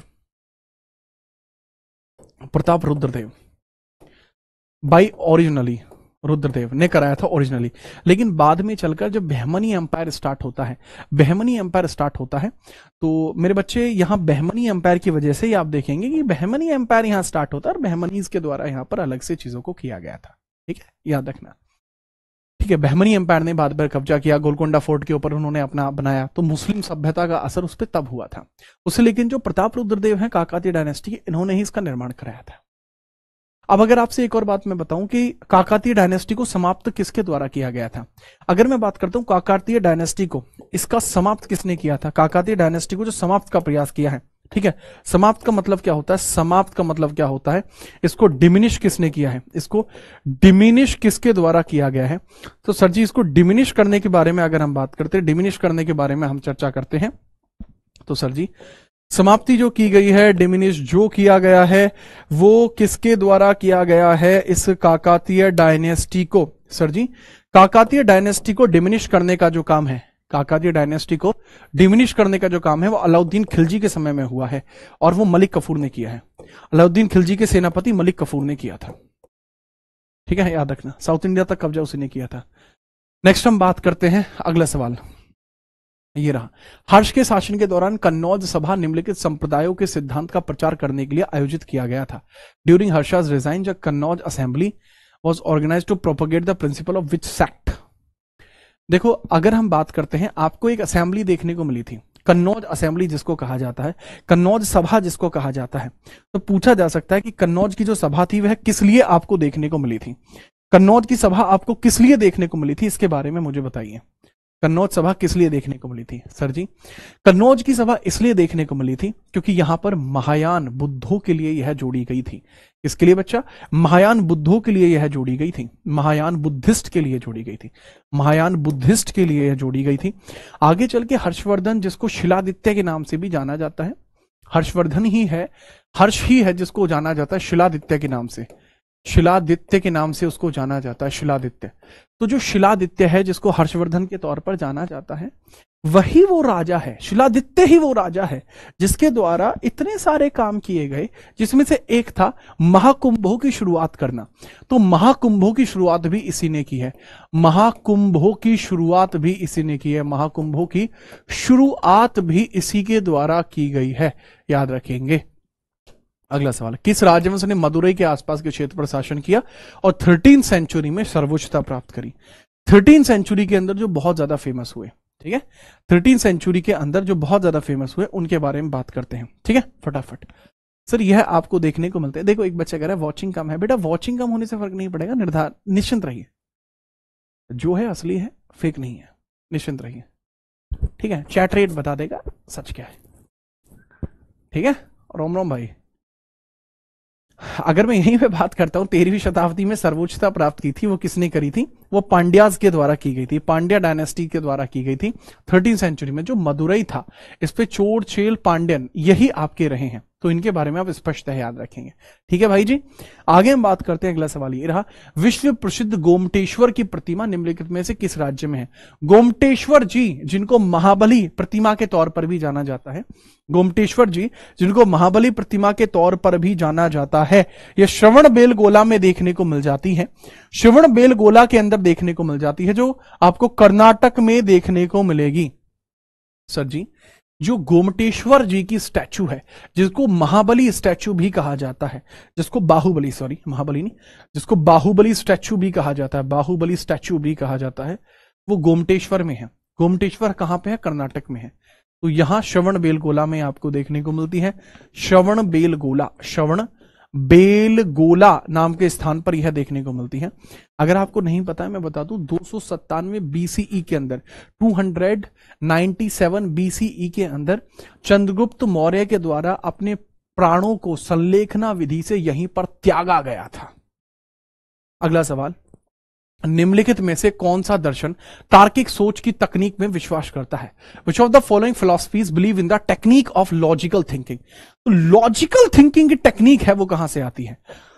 जो लॉजिकल थिंकिंग की टेक्निक है वो आपकी कहां से आती है, इसके बारे में बात करते हैं। ठीक है, अच्छा, वैदिक दर्शन कितने प्रकार के होते हैं? मुझे बताइए, वैदिक दर्शन कितने प्रकार के हैं? जो वैदिक दर्शन है वो कितने प्रकार के हैं? ठीक है, जो फिलॉसफी है वो कितने प्रकार की है? सर, फिलॉसफी 6 प्रकार की होती है। पहले जो फिलॉसफी है वो 6 प्रकार की आपको मेजर देखने को मिलती हैं। ऐसे तो मैं बना दूं कल को, है ना, जीत दर्शन बना दूं, तो वो अपना अलग कॉन्सेप्ट रहा, लेकिन 6 प्रकार की आपको देखने को मिल जाती हैं। इसके अंतर्गत अगर मैं बात करता हूं, तो जो आपको देखने को मिलता है कि भाई जो technique of logical thinking, logically आपको सोचना है, तो जो न्याय दर्शन है वो लॉजिकल थिंकिंग के ऊपर जोर देता है। जो न्याय दर्शन है वो लॉजिकल थिंकिंग पे जोर देता है। न्याय दर्शन, न्याय दर्शन लॉजिकल थिंकिंग पे आपका जोर देता है, इसके बारे में याद रखेंगे। तो the philosophies believe in the technique of logical thinking, that is न्याय दर्शन। तो न्याय दर्शन ही लॉजिकल थिंकिंग के बारे में चर्चा करता है। ठीक है, करेक्ट आंसर होगा बेटा न्याय दर्शन। हाथी गुम्फा शिलालेख किसके द्वारा उत्कीर्णित कराए गए थे? हाथी गुम्फा शिलालेख के बारे में चर्चा की जा रही है, इनके बारे में मुझे बताइए। ठीक है, हाथी गुम्फा शिलालेख के बारे में हम बात करते हैं, किसके द्वारा यह रखे गए थे? फटाफट इनके बारे में बताएंगे।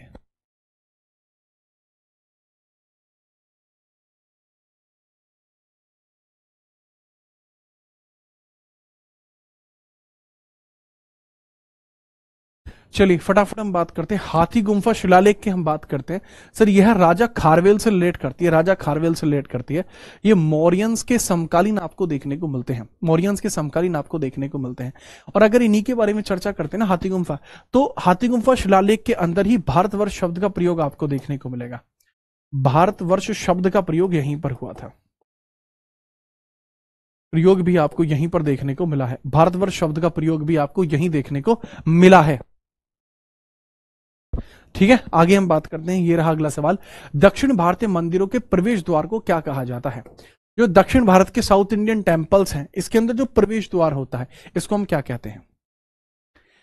ठीक है, जो दक्षिण भारत मंदिर होता है उसका जो प्रवेश द्वार होता है उसको किस तौर पर जाना जाता है, उनके बारे में आप मुझे बताएंगे किस तौर पर उनको जाना जाता है। देखिए अगर आप दक्षिण भारतीय टेम्पल्स को देखते हैं कि साउथ इंडियन टेम्पल्स है, तो उसमें एक विशेषता होगी कुछ, और उस विशेषताओं में से एक आपका, अगर मैं विमान की बात करूं तो यह आपको देखने को मिलता है, जो ये वाला हिस्सा होता है एक मंदिर का, ये वाला जो हिस्सा होता है ये विमान होता है। यहां नीचे मंदिर है, ये गर्भगृह है, इसके ऊपर वाला हिस्सा ये विमान होता है। जो गोपुरम होता है वो एंट्रेंस होता है, जो गोपुरम होता है वो एंट्रेंस आपको देखने को मिल जाता है। तो गोपुरम इसका करेक्ट आंसर आपको देखने को मिल जाएगा। कोई समस्या इसमें भी आपको नहीं होनी चाहिए, इसके बारे में भी आप याद रखेंगे। ठीक है, चलो बिना परेशानी के ये भी याद रखेंगे, कोई समस्या नहीं है। अगला सवाल ये रहा, सत्यमेव जयते किस उपनिषद में लिखा हुआ है? सर सत्यमेव जयते की अगर मैं बात करता हूं, यह मुंडक उपनिषद में लिखा हुआ है। मुंडक उपनिषद के अंदर लिखा हुआ है आपका सत्यमेव जयते शब्द। तो यह किस उपनिषद में? मैंने बताया मुंडक उपनिषद में यह देखने को मिल जाता है। ठीक है, याद रखेंगे, कोई समस्या नहीं है। मानव द्वारा सर्वप्रथम प्रयुक्त अनाज कौन सा था? ह्यूमंस के द्वारा सबसे पहले किस अनाज का प्रयोग किया गया?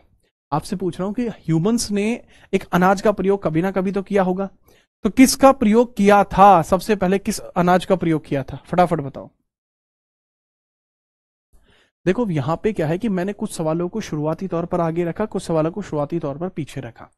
अब एक बैलेंस क्रिएट करने का प्रयास किया गया है। पहले अभी जितने भी मैंने क्वेश्चन कराए, ये दिल्ली पुलिस के सारे प्रीवियस ईयर क्वेश्चन हो गए हैं, यूपीएसआई के सारे प्रीवियस ईयर क्वेश्चन हो गए जो एंशिएंट इंडिया से आए हैं। अब कुछ ऐसे क्वेश्चन जो एसएससी के फील्ड में आपके आए हैं और बार बार बार बार पूछे गए हैं, अब मैं उनको कराता हूं। ठीक है, फटाफट बताइए। ज्यादातर बच्चे बता रहे हैं गेहूं, जो कि गलत है। करेक्ट आंसर होगा जौ।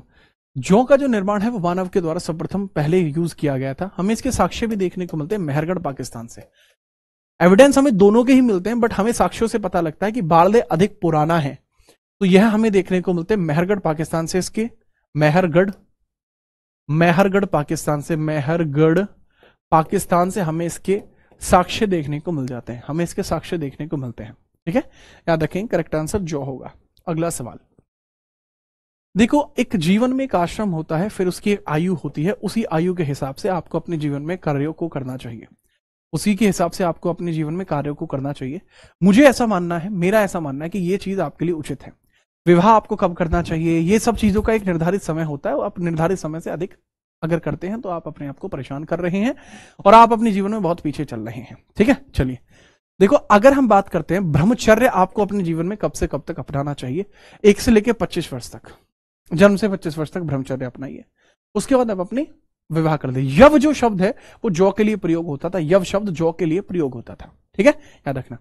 उसके बाद गृहस्थ आप अपना लीजिए। गृहस्थ 25 से लेकर 50 वर्ष तक होता है। तो पहले होगा पहला चौथा, ऑप्शन तो मिल गया, लेकिन आगे समझिए। 25 से लेकर 50 वर्ष तक आप गृहस्थ अपनाइए। उसके बाद आप चले जाइए सीधा सन्यास की वानप्रस्थ की तरफ, जंगल में चले जाओ 50 से 75 में, फिर सन्यास ले लीजिए 75 से 100 में। तो यही आपके जीवन का सही लक्ष्य होना चाहिए।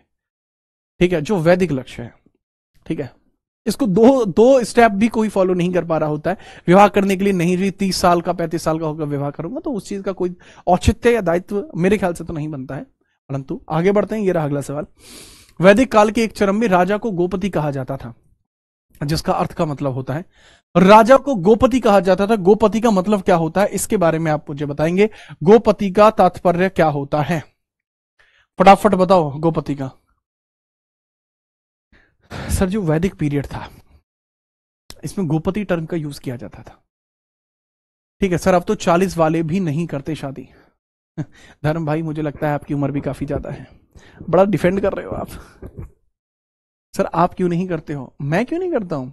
मैं विवाह आपको 2028 के आसपास, जहां तक मुझे लगता है एक्सपेक्टेड है, तब तक होगा। मैं ऐसे वो नहीं करता भाई, और मैं ऐसे छुपा वुपाप भी नहीं रखता। ठीक है। हाँ, 35 एज है आपकी, बताऊं अभी? अरे बताऊं तुझे? ठीक है।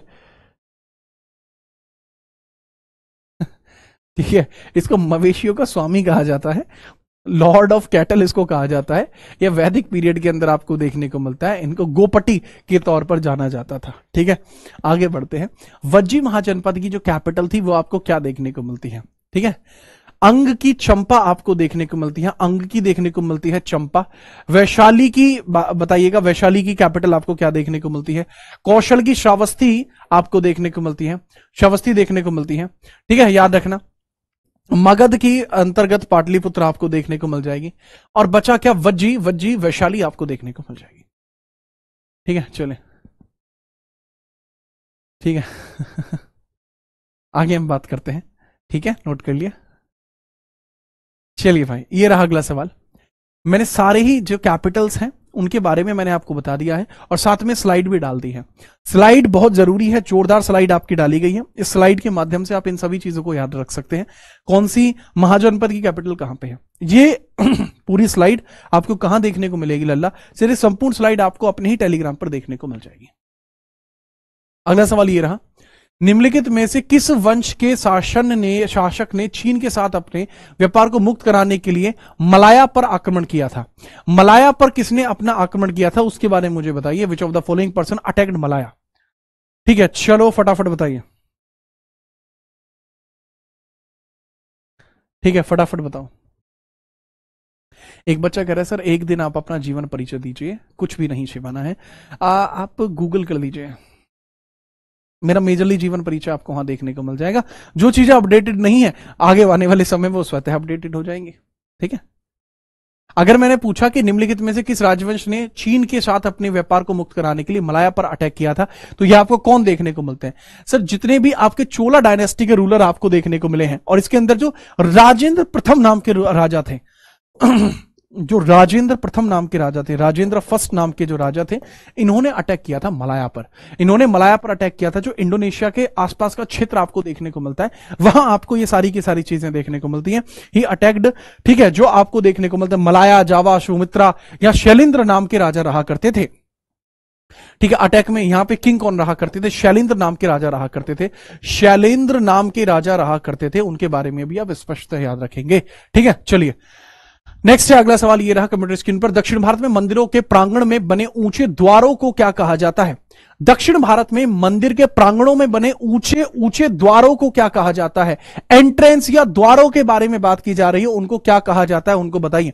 विमान की अगर मैं बात करता हूं, विमान आपका गर्भगृह के ऊपर का स्थान कहलाता है, गोपुरम एंट्रेंस कहलाती है। वही चीज जो आपको देखने को मिलती है बड़े बड़े प्रांगणों में, जो टावर्स आपको देखने को मिलते हैं, गोपुरम कहा जाएगा। बट ये टावर के तौर पर अगर आप विमान को देखो तो ज्यादा बढ़िया है। देखो विमान भी ऊंचे ऊंचे होते हैं, गोपुरम भी ऊंचे होते हैं, बट गोपुरम एंट्रेंस है। अब एंट्रेंस के बारे में इन्होंने नहीं कहा, और वैसे भी आंगन की बात कही है इन्होंने कि आंगन में आपको देखने को मिलता है, मिड में आपको देखने को मिलता है, वो विमान ही आपको देखने को मिल जाएगा। ठीक है, याद रखेंगे। ठीक है, ओके। अगला सवाल है, हड़प्पा सभ्यता के दौरान क्वेश्चन मार्क की मूर्तियों को बनाने के लिए जो लॉस्ट वैक्स कास्टिंग तकनीक का उपयोग किया जाता था, इसके बारे में आप बताइए। किस प्रकार की मूर्तियों के लिए यह प्रयोग में लाया जाता था, उसके बारे में आपसे पूछा जाता है। हड़प्पा सभ्यता के दौरान जो आपको एक कास्टिंग मेथड यूज किया जाता था, जिसको बोलते हैं लॉस्ट वैक्स कास्टिंग टेक्निक, इसका यूज किया जाता था।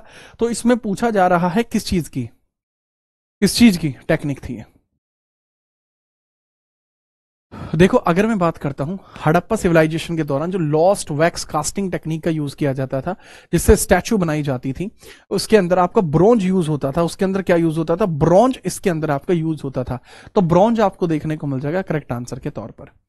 अगला सवाल ये रहा, निम्नलिखित में से किसने इंडिका पुस्तक लिखी है? सर मैगस्थनीज ने इंडिका पुस्तक लिखी है। कमाल की बात यह है कि मैगस्थनीज के द्वारा जब इंडिका पुस्तक लिखी गई तो इसमें 7 अलग अलग वर्णन किए गए हैं वर्णों के 7 वर्ण इसके अंदर देखने को मिले हैं। ठीक है, आगे हम बात करते हैं। विक्रमशिला विश्वविद्यालय आपको कहां देखने को मिलता है? सर बिहार में विक्रमशिला विश्वविद्यालय देखने को मिलता है, जिसका निर्माण धर्मपाल ने कराया था। जिसका निर्माण धर्मपाल के द्वारा कराया गया था। धर्मपाल जी ने इसका निर्माण कराया था, इनके बारे में याद रखेंगे। धर्मपाल जी ने इसका निर्माण कराया है, ठीक है, याद रखना। धर्मपाल जी ने इसका निर्माण कराया है, इनके बारे में भी आप याद रखेंगे। कोई समस्या आई? नहीं सर, कोई समस्या नहीं है। निम्नलिखित में से कौन सा साम्राज्य सबसे लंबी अवधि तक रहा है? Which of the following empire lasted for the longest period? Longest period तक रहने के लिए कौन सा साम्राज्य आपको देखने को मिलता है? प्रतिहार, पाल, सेन या राष्ट्रकूट? इन सभी के अंतर्गत भी अगर हम देखते हैं जो बहुत लंबे समय तक रहे हैं वो कौन रहे हैं? ठीक है, फटाफट बताइए। ठीक है, चलो देखो, अगर मैं बात करता हूं, प्रतिहार बहुत लंबे समय तक नहीं रहे, लेकिन अगर हम बात करते हैं जो पाला डायनेस्टी है, ये बहुत लंबे समय तक रही थी। इसके फाउंडर आपको गोपाल देखने को मिलते हैं, इसके फाउंडर आपको गोपाल देखने को मिलते हैं, ठीक है। पाल डायनेस्टी बहुत लंबे समय तक रहती है, सबसे लंबी अवधि तक रही है, ठीक है। सेन डायनेस्टी की बात करूं, सामन सेन इसके फाउंडर हैं। फाउंडर कौन है? सामन सेन।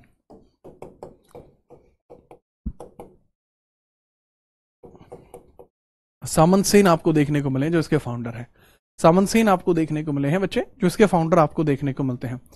राष्ट्रकूटों के दंती दुर्ग के द्वारा फाउंडिंग की गई है। प्रतिहारा की बात करूं तो नागभट्ट प्रथम के द्वारा फाउंडिंग की गई है, ठीक है, याद रखना। 8 से लेकर 11वीं सेंचुरी तक रहे हैं। पुलकेशिन द्वितीय किस राजवंश के सबसे प्रतापी शासक हैं? चालुक्य राजवंश के पुलकेशिन द्वितीय बहुत ज्यादा प्रतापी शासकों के तौर पर आपको देखने को मिले हैं, ठीक है। चलिए सीधे तौर पर याद रखेंगे, जोरदार। अगला सवाल, एलोरा के मंदिरों का निर्माण किसने कराया है? एलोरा के मंदिरों का निर्माण किसके द्वारा कराया गया है? ठीक है, तो इसके बारे में बताइए कि एलोरा के जो मंदिर आपको देखने को मिलते हैं, इनके बारे में आप मुझे बताएं, इसका निर्माण किसके द्वारा कराया गया है? एलोरा के मंदिर को भी यूनेस्को के अंदर शामिल किया गया, 1983 में यूनेस्को के अंदर शामिल होते हैं, ठीक है। एलोरा के टेंपल, एलोरा के मंदिर भी 1983 में यूनेस्को में शामिल होते हैं, 1983 में यूनेस्को में शामिल होते हैं, यूनेस्को में शामिल होते हैं 1983 में। इसको राष्ट्रकूटों ने बनवाया था, ठीक है। 1983 में ये भी यूनेस्को में जाते हैं एलोरा के मंदिर। एलोरा के मंदिरों की मैं बात करूं, ये गिनती में 34 आपको देखने को मिलते हैं। 1 से लेके 12 बुद्ध के लिए हैं, बुद्धास के लिए हैं, ठीक है। 13 से लेके 29 जो आपको देखने को मिलते हैं हिंदुओं के लिए हैं, जिनको हम कहते हैं हम, जो मैं हूं सनातनी। इसके बाद 30 से लेके 34 आपको देखने को मिलते हैं जो जैन आपको देखने को मिलते हैं, जो जैनिज्म कल्चर में आपको देखने को मिलते हैं, जिनको जैन कहा जाता है, ठीक है। आगे बढ़ते हैं, अगला सवाल ये रहा, हर्षचरित राजा हर्षवर्धन की जीवनी है, इसको किसके द्वारा लिखा गया है?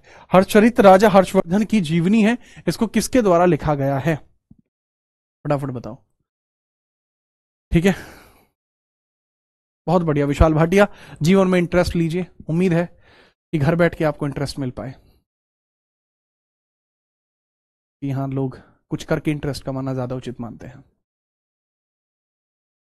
हर्षचरित राजा हर्षवर्धन की जीवनी है, इसको बाणभट्ट के द्वारा लिखा गया है। कादंबरी नाम की पुस्तक आपको देखने को मिलती है, कादंबरी, वो भी हर्ष के दरबार के समय बाणभट्ट के द्वारा ही लिखी गई थी, ठीक है। अब राजा हर्षवर्धन खुद भी एक राइटर है, उन्होंने भी हर्षचरित्र के बहुत सारे पोर्शन को इन्होंने लिखा है।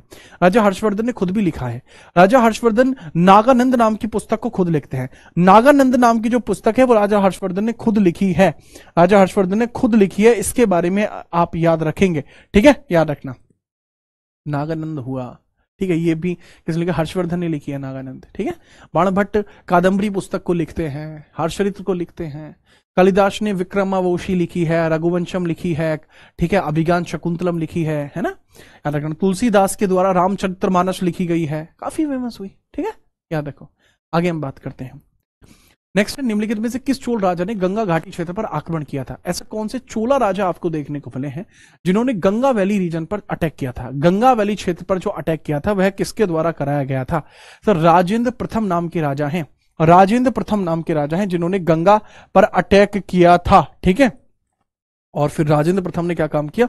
गंगा पर अटैक किया और गैंग कोंड चोल जो मंदिर है उस पर कब्जा, जो उपाधि है इन्होंने धारण कर ली। तो राजेंद्र प्रथम के द्वारा क्या किया गया था? गैंग कोंड चोल, गैंग कोंड चोल उपाधि भी इन्होंने धारण करी थी, उपाधि भी इन्होंने धारण करी थी। गैंग कोंड चोल उपाधि इन्होंने धारण करी थी, गैंग कोंड चोल उपाधि इनके द्वारा धारण की गई, ठीक है। Correct answer would be Rajendra प्रथम। 4 वेदों में से किसमें बुरी आत्माओं और बीमारियों से बचने का जादू मंत्र है? सर, अथर्व वेद के अंदर ही ये सारे के सारे टोने टोटके जादू मंत्र सब बनाए गए हैं, ठीक है। चलो याद रखेंगे, तगड़े तरीके से याद रखेंगे, जोरदार। अगला सवाल, चोल प्रशासन के संदर्भ में वेट्टी शब्द का अर्थ क्या होता है? वेट्टी शब्द का अर्थ क्या होता है चोलास के समय में? ये टर्म बहुत पूछे जाते हैं, ठीक है, एडमिनिस्ट्रेशन के टर्म बहुत पूछे जाते हैं। इसके बारे में मुझे बताइए, वेट्टी के बारे में मुझे बताओ, वेट्टी शब्द का मतलब क्या होता है, बताओ। अच्छा देखो, मैं एक सच बात बताता हूं, सच मायने में कुछ बातें मैं आपको बताना चाहता हूं, ठीक है। मुझे अभी फिलहाल में इस बात से फर्क नहीं पड़ रहा कि वर्तमान में कितने बच्चों की लाइव वॉचिंग है। मुझे पता है कि मैंने यूट्यूब पे बहुत सारे ऐसे सेशन लिए हैं जो बहुत जरूरी हैं, मतलब पेपर में वहां से सवाल आते ही आते हैं, बट वो ट्रेंडिंग नहीं है, बट मैंने सेशन लिए हैं, इसका आंसर कर होगा। जैसे उदाहरण के लिए मैंने कुछ सेशन लिए इंपोर्टेंट कमेटीज, पेपर में 100% सवाल आएगा, बट बात यह है कि सब टीचर उस पर सेशन नहीं ले पाए तो वो टॉपिक वायरल नहीं है। आज की डेट में जो लोगों को लगा हुआ है, छात्रों को लगा हुआ भेड़चाल में लगे हुए हैं कि हाँ जी वो टॉपिक फेमस है, इस टॉपिक को तो आवे ही आवे हैं तो इसको पढ़ लें। बेटा भेड़चाल चलोगे ना तो उतने ही नंबर लेके आ पाओगे जितने सब लेके आ रहे हैं, उनसे हटके भी आपको प्रयास करने पड़ते हैं। तो कुछ नई चीजों के लिए भी आप अपने आप को ओपन रखा कीजिए। ऐसी क्लास में छात्र ज्यादा जाना पसंद करते हैं जहां पे आंसर कर पाते हैं। अगर मैं कोई टफ सवाल ले आता हूं तो नहीं रहते, बच्चे ही गायब हो जाते हैं।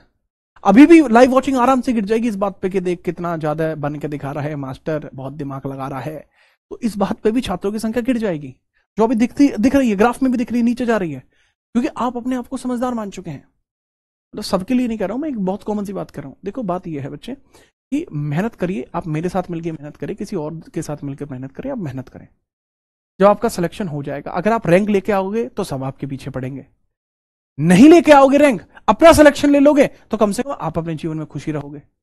मेरी बात आपको तब अच्छी लगे तब कह देना, बात नहीं समझ में? तो बहुत बहुत कॉमन सी बात होती है, भेड़ चाल के पीछे मत पड़िए, जो इंपॉर्टेंट चीज है उस पर भी ध्यान दीजिए, ठीक है, बहुत इंपॉर्टेंट, दैट इज टेक्स्ट आपको देखने को मिल जाएगा। अगला है, निम्नलिखित में से प्राचीन भारत की कौन सी लिपि दाई से बाई ओर लिखी जाती थी? ऐसी कौन सी लिपि है जो दाई से बाई ओर, यानी लेफ्ट से राइट की ओर इधर लिखी जाती थी, दाएं से बाई ओर लिखी जाती थी? ठीक है, चलिए, ठीक है, फटाफट आप बताएं करेक्ट आंसर आपको क्या देखने को मिलेगा। दाएं से बाईं ओर लिखी जाती थी, मतलब अगर हम बात करते हैं तो इसका अशोक ने भी प्रयोग किया था, अशोक ने भी इसका अच्छा खासा प्रयोग किया है। मेरे बताने के पीछे का रीजन यही है कि बहुत सारे मेरे सेशन, जैसे मैं बहुत बहुत अच्छी तरीके से आपको बताता हूं, एक बहुत, जैसे अगर हम यहां देखते हैं, ठीक है, मैं अपने अपने किसी चीज का प्रमोशन नहीं कर रहा, एक भी मत देखना इसमें से, ठीक है, मौज मारो, एक भी मत देखना इसमें से। यहाँ पे ये एक सीजीएल की प्लेलिस्ट थी, इसके अंदर ना मैंने कुछ आपकी क्लास कराई थी, जैसे फाइनल मैराथन करा दी थी, मॉडर्न की करा दी, एनसीएनटी की करा दी है, और आपकी जो है ये पॉलिटी की करा दी, करंट अफेयर्स के करा दिए। इसके अलावा कुछ सेशंस और भी थे, जैसे आपके ये इंडियन पॉलिटी के दिल्ली पुलिस के लिए सेशंस करा दिए थे, दिल्ली पुलिस के लिए सेशंस करा दिए थे। तो इसमें बहुत बहुत इंपॉर्टेंट सेशन है, जैसे कंप्यूटर के लिए एमएस वर्ड करा दिया, एक्सेल करा दिया, ठीक है, बुक्स एंड ऑथर करा दिए पिछले महीने के, ठीक है, समिट कॉन्फ्रेंस करा दी। तो ये टॉपिक वायरल नहीं है, बुक्स ऑथर वायरल नहीं है, समिट कॉन्फ्रेंस वायरल नहीं है, ठीक है, ये बहुत सारे ऐसे टॉपिक है जो वायरल नहीं है। सर जी पेपर में तो हमारा मैच ही नहीं कर रहा जी, हम पढ़ के गए थे मैच नहीं, अबे करेगा कहां से, आपने सारा देखा? अरे वो भी तो देखो ना बेटे। तो वो थोड़ी सी चीज समझिए जो चीज मैं आपको बता रहा हूं, यहां पे आप समझिए स्क्रिप्ट जो ब्राह्मी खरोष्ठी लिपि थी, खरोष्ठी लिपि आपकी जो है राइट से लेफ्ट की तरफ लिखी जा रही होती है, ठीक है, इसके बारे में थोड़ा सा याद रखने। अशोक ने मैक्सिमम जो यूज करा है, अशोका का मैक्सिमम यूज, अशोका का मैक्स यूज जो किया है यहां से किया गया है, मैक्स यूज जो किया है यहां से किया गया है, ठीक है, इसके बारे में थोड़ा सा याद रखना है ना। आगे हम बात करते हैं, इंडेक्स वाली किताब रिकॉर्डेड आएगी कर्तव्य भाई। आगे बात करते हैं, प्रसिद्ध दक्षिण भारतीय महाकाव्य शिल्पादिक्रम मूल रूप से किस भाषा में लिखा गया था? शिल्पादिक्रम के बारे में पूछा जा रहा है, ये बहुत ज्यादा फेमस था, तमिल में लिखा गया था। इलेंगो करके एक पर्सन है, उनको देखने को मिलते हैं, इलेंगो करके एक पर्सन है, उनके द्वारा देखने को मिलते हैं, ठीक है। तो ये तमिल भाषा में लिखा गया है और इलांगो के द्वारा इसको लिखा गया था। दक्षिण भारत में महाकाव्य जो शिल्पादिक्रम है ये इलांगो के द्वारा लिखा गया था, ठीक है, 2023 में आया है। कौन सा मानव गतिविधि और सभ्यता का सही कालक्रम आपको देखने को मिलता है? आप बता दीजिए कौन सी एज आपको करेक्टली मैच देखने को मिलती है।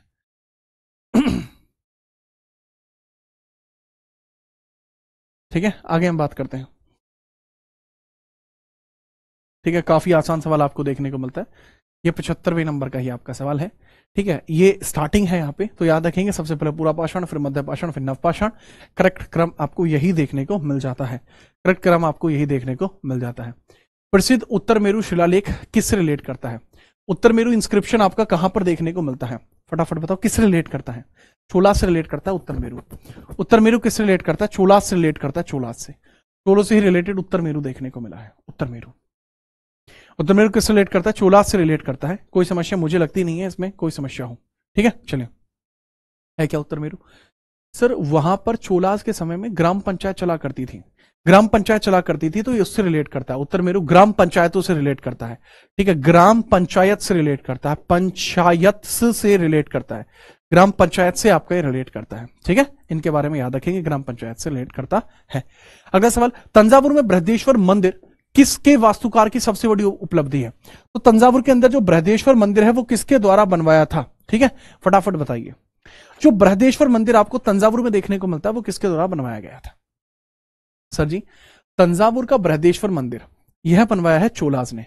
यहां पे एक राजा थे, राज चोल आपको देखने को मिले हैं, राज चोला आपको देखने को मिले हैं।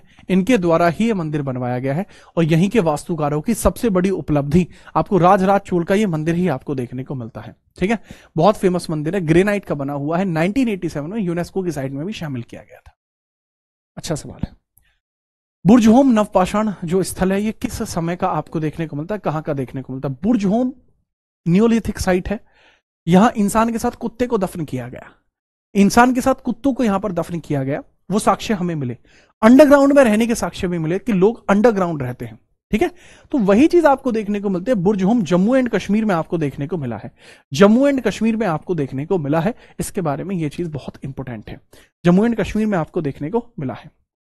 ठीक है, याद रखेंगे, बहुत बढ़िया। अच्छा, एक चीज और बताइए आप सब कि आप में से कितने ऐसे छात्र हैं जो मुझसे यूपीजी के पढ़ना चाहते हैं? मुझसे यूपीजी के, गुफराल भी है, गुफराल भी जम्मू कश्मीर में ही है। आप में से कितने ऐसे छात्र हैं जो मुझसे यूपीजी के पढ़ना चाहते हैं? यूपीजी के वन शॉट क्लास, आर पार की क्लास है, या पॉलिटी का वन शॉट है? पॉलिटी का वन शॉट आपको सोच रहा हूं कल सुबह 10 बजे पॉलिटी का वन शॉट अपलोड करा दूं। वो भी बताना है। आगे बढ़ते हैं, अगला सवाल। ये मैंने बता दी, जम्मू कश्मीर इसका करेक्ट आंसर, नवपाषाण युगीन है, जम्मू कश्मीर में है। यहाँ बुर्जहोम में अनेक गर्तावास मिले हैं, मर्तभांड मिले, हड्डी और औजार प्राप्त हुए हैं, मानव कंकाल के साथ कुत्ते के कंकाल भी प्राप्त हुए हैं, जिसमें बता के हटता हूं। ऐसा यूपीजी के पढ़ेंगे जो आगे आने वाले 5 साल तक कहीं से कहीं टस से मस ना हो, ऐसा यूपीजी के, इनफ फॉर नेक्स्ट 5 ईयर्स। ठीक है, नटराज की प्रसिद्ध कांस्य प्रतिमा निम्नलिखित में से कहां आपकी बिलोंग करती है? अगर मैं कांस्य प्रतिमा की बात करूं जो नटराज के जैसी लगती है वो हड़प्पा से प्राप्त हुई है, हड़प्पा से प्राप्त हुई है वो। लेकिन अगर मैं यहीं पर देखूं वह किस राजवंश से बिलोंग करती है, तो इसके बारे में आपको बताना है, वो किस राजवंश से बिलोंग करती है, इसको बताइए। सर चोला से बिलोंग करती है, चोल, चोला से बिलोंग करती है। चोल एक समय पर इतने प्रतापी हो चुके थे, भगवान महादेव की पूजा साउथ इंडिया में इतनी ज्यादा होने के पीछे का एक कारण चोल भी है। लोगों को लगता था कि शिवजी की पूजा करने से शक्ति प्राप्त होती है क्योंकि चोलों में इतनी शक्ति है, यह भी एक बड़ा कारण रहा। उस महान व्यक्ति का नाम बताइए जिसने भारत में बीज गणित के क्षेत्र में महत्वपूर्ण योगदान दिया। बीज गणित के क्षेत्र के बारे में बात कर रहा है, जो एल्जेब्रा के अंदर कंट्रीब्यूशन देता है, जिसने बताया कि वाई अगर ये है तो एक्स क्या है। ठीक है, तो उसकी एक्स की वैल्यू को ढूंढने वाले उस व्यक्ति का नाम क्या होगा? That was Aryabhatta. आर्यभट्ट ही है जिनके द्वारा ये चीजें की गई थी। ठीक है, याद रखना, आर्यभट्ट ही हैं जिनके द्वारा इस प्रकार की चीजें की गई थी। तो ये बीज गणित या एल्जेब्रा जिसको कहा जाता है वो आर्यभट्ट के द्वारा ही शुरू किया गया था। आर्यभट्ट ने सिर्फ 0 नहीं दी, आपको लगता है आर्यभट्ट ने सिर्फ 0 दिया, नहीं, ऐसा नहीं है। आर्यभट्ट के द्वारा ये सब चीजें भी की गई हैं, लेकिन आपको पता होना चाहिए आर्यभट्ट का जन्म 476 ईसा पूर्व के अंदर आपका पाटलिपुत्र बिहार में हुआ था। आर्यभट्ट आपको देखने को मिलते हैं, कहां पे देखने को मिलते हैं? सर जी है गुप्ताज के टाइम पर देखने को मिलते हैं। ठीक है, याद रखना, विक्रमादित्य द्वितीय के द्वारा, दरबार में नहीं थे, उनके समय में थे। भारतीय पुरातत्व के जनक किसे कहा जाता है? अलेक्जेंडर कनिंघम को कहा जाता है, क्योंकि इनके द्वारा ही 1761 के अंदर भारतीय पुरातत्व विभाग की स्थापना की गई थी। 1861 में भारतीय पुरातत्व विभाग की स्थापना की गई थी।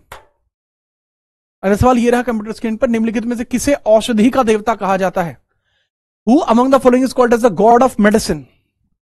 औषधि का देवता किसको कहा जाता है? फटाफट बताइए, गॉड ऑफ मेडिसिन किसको कहा जाएगा?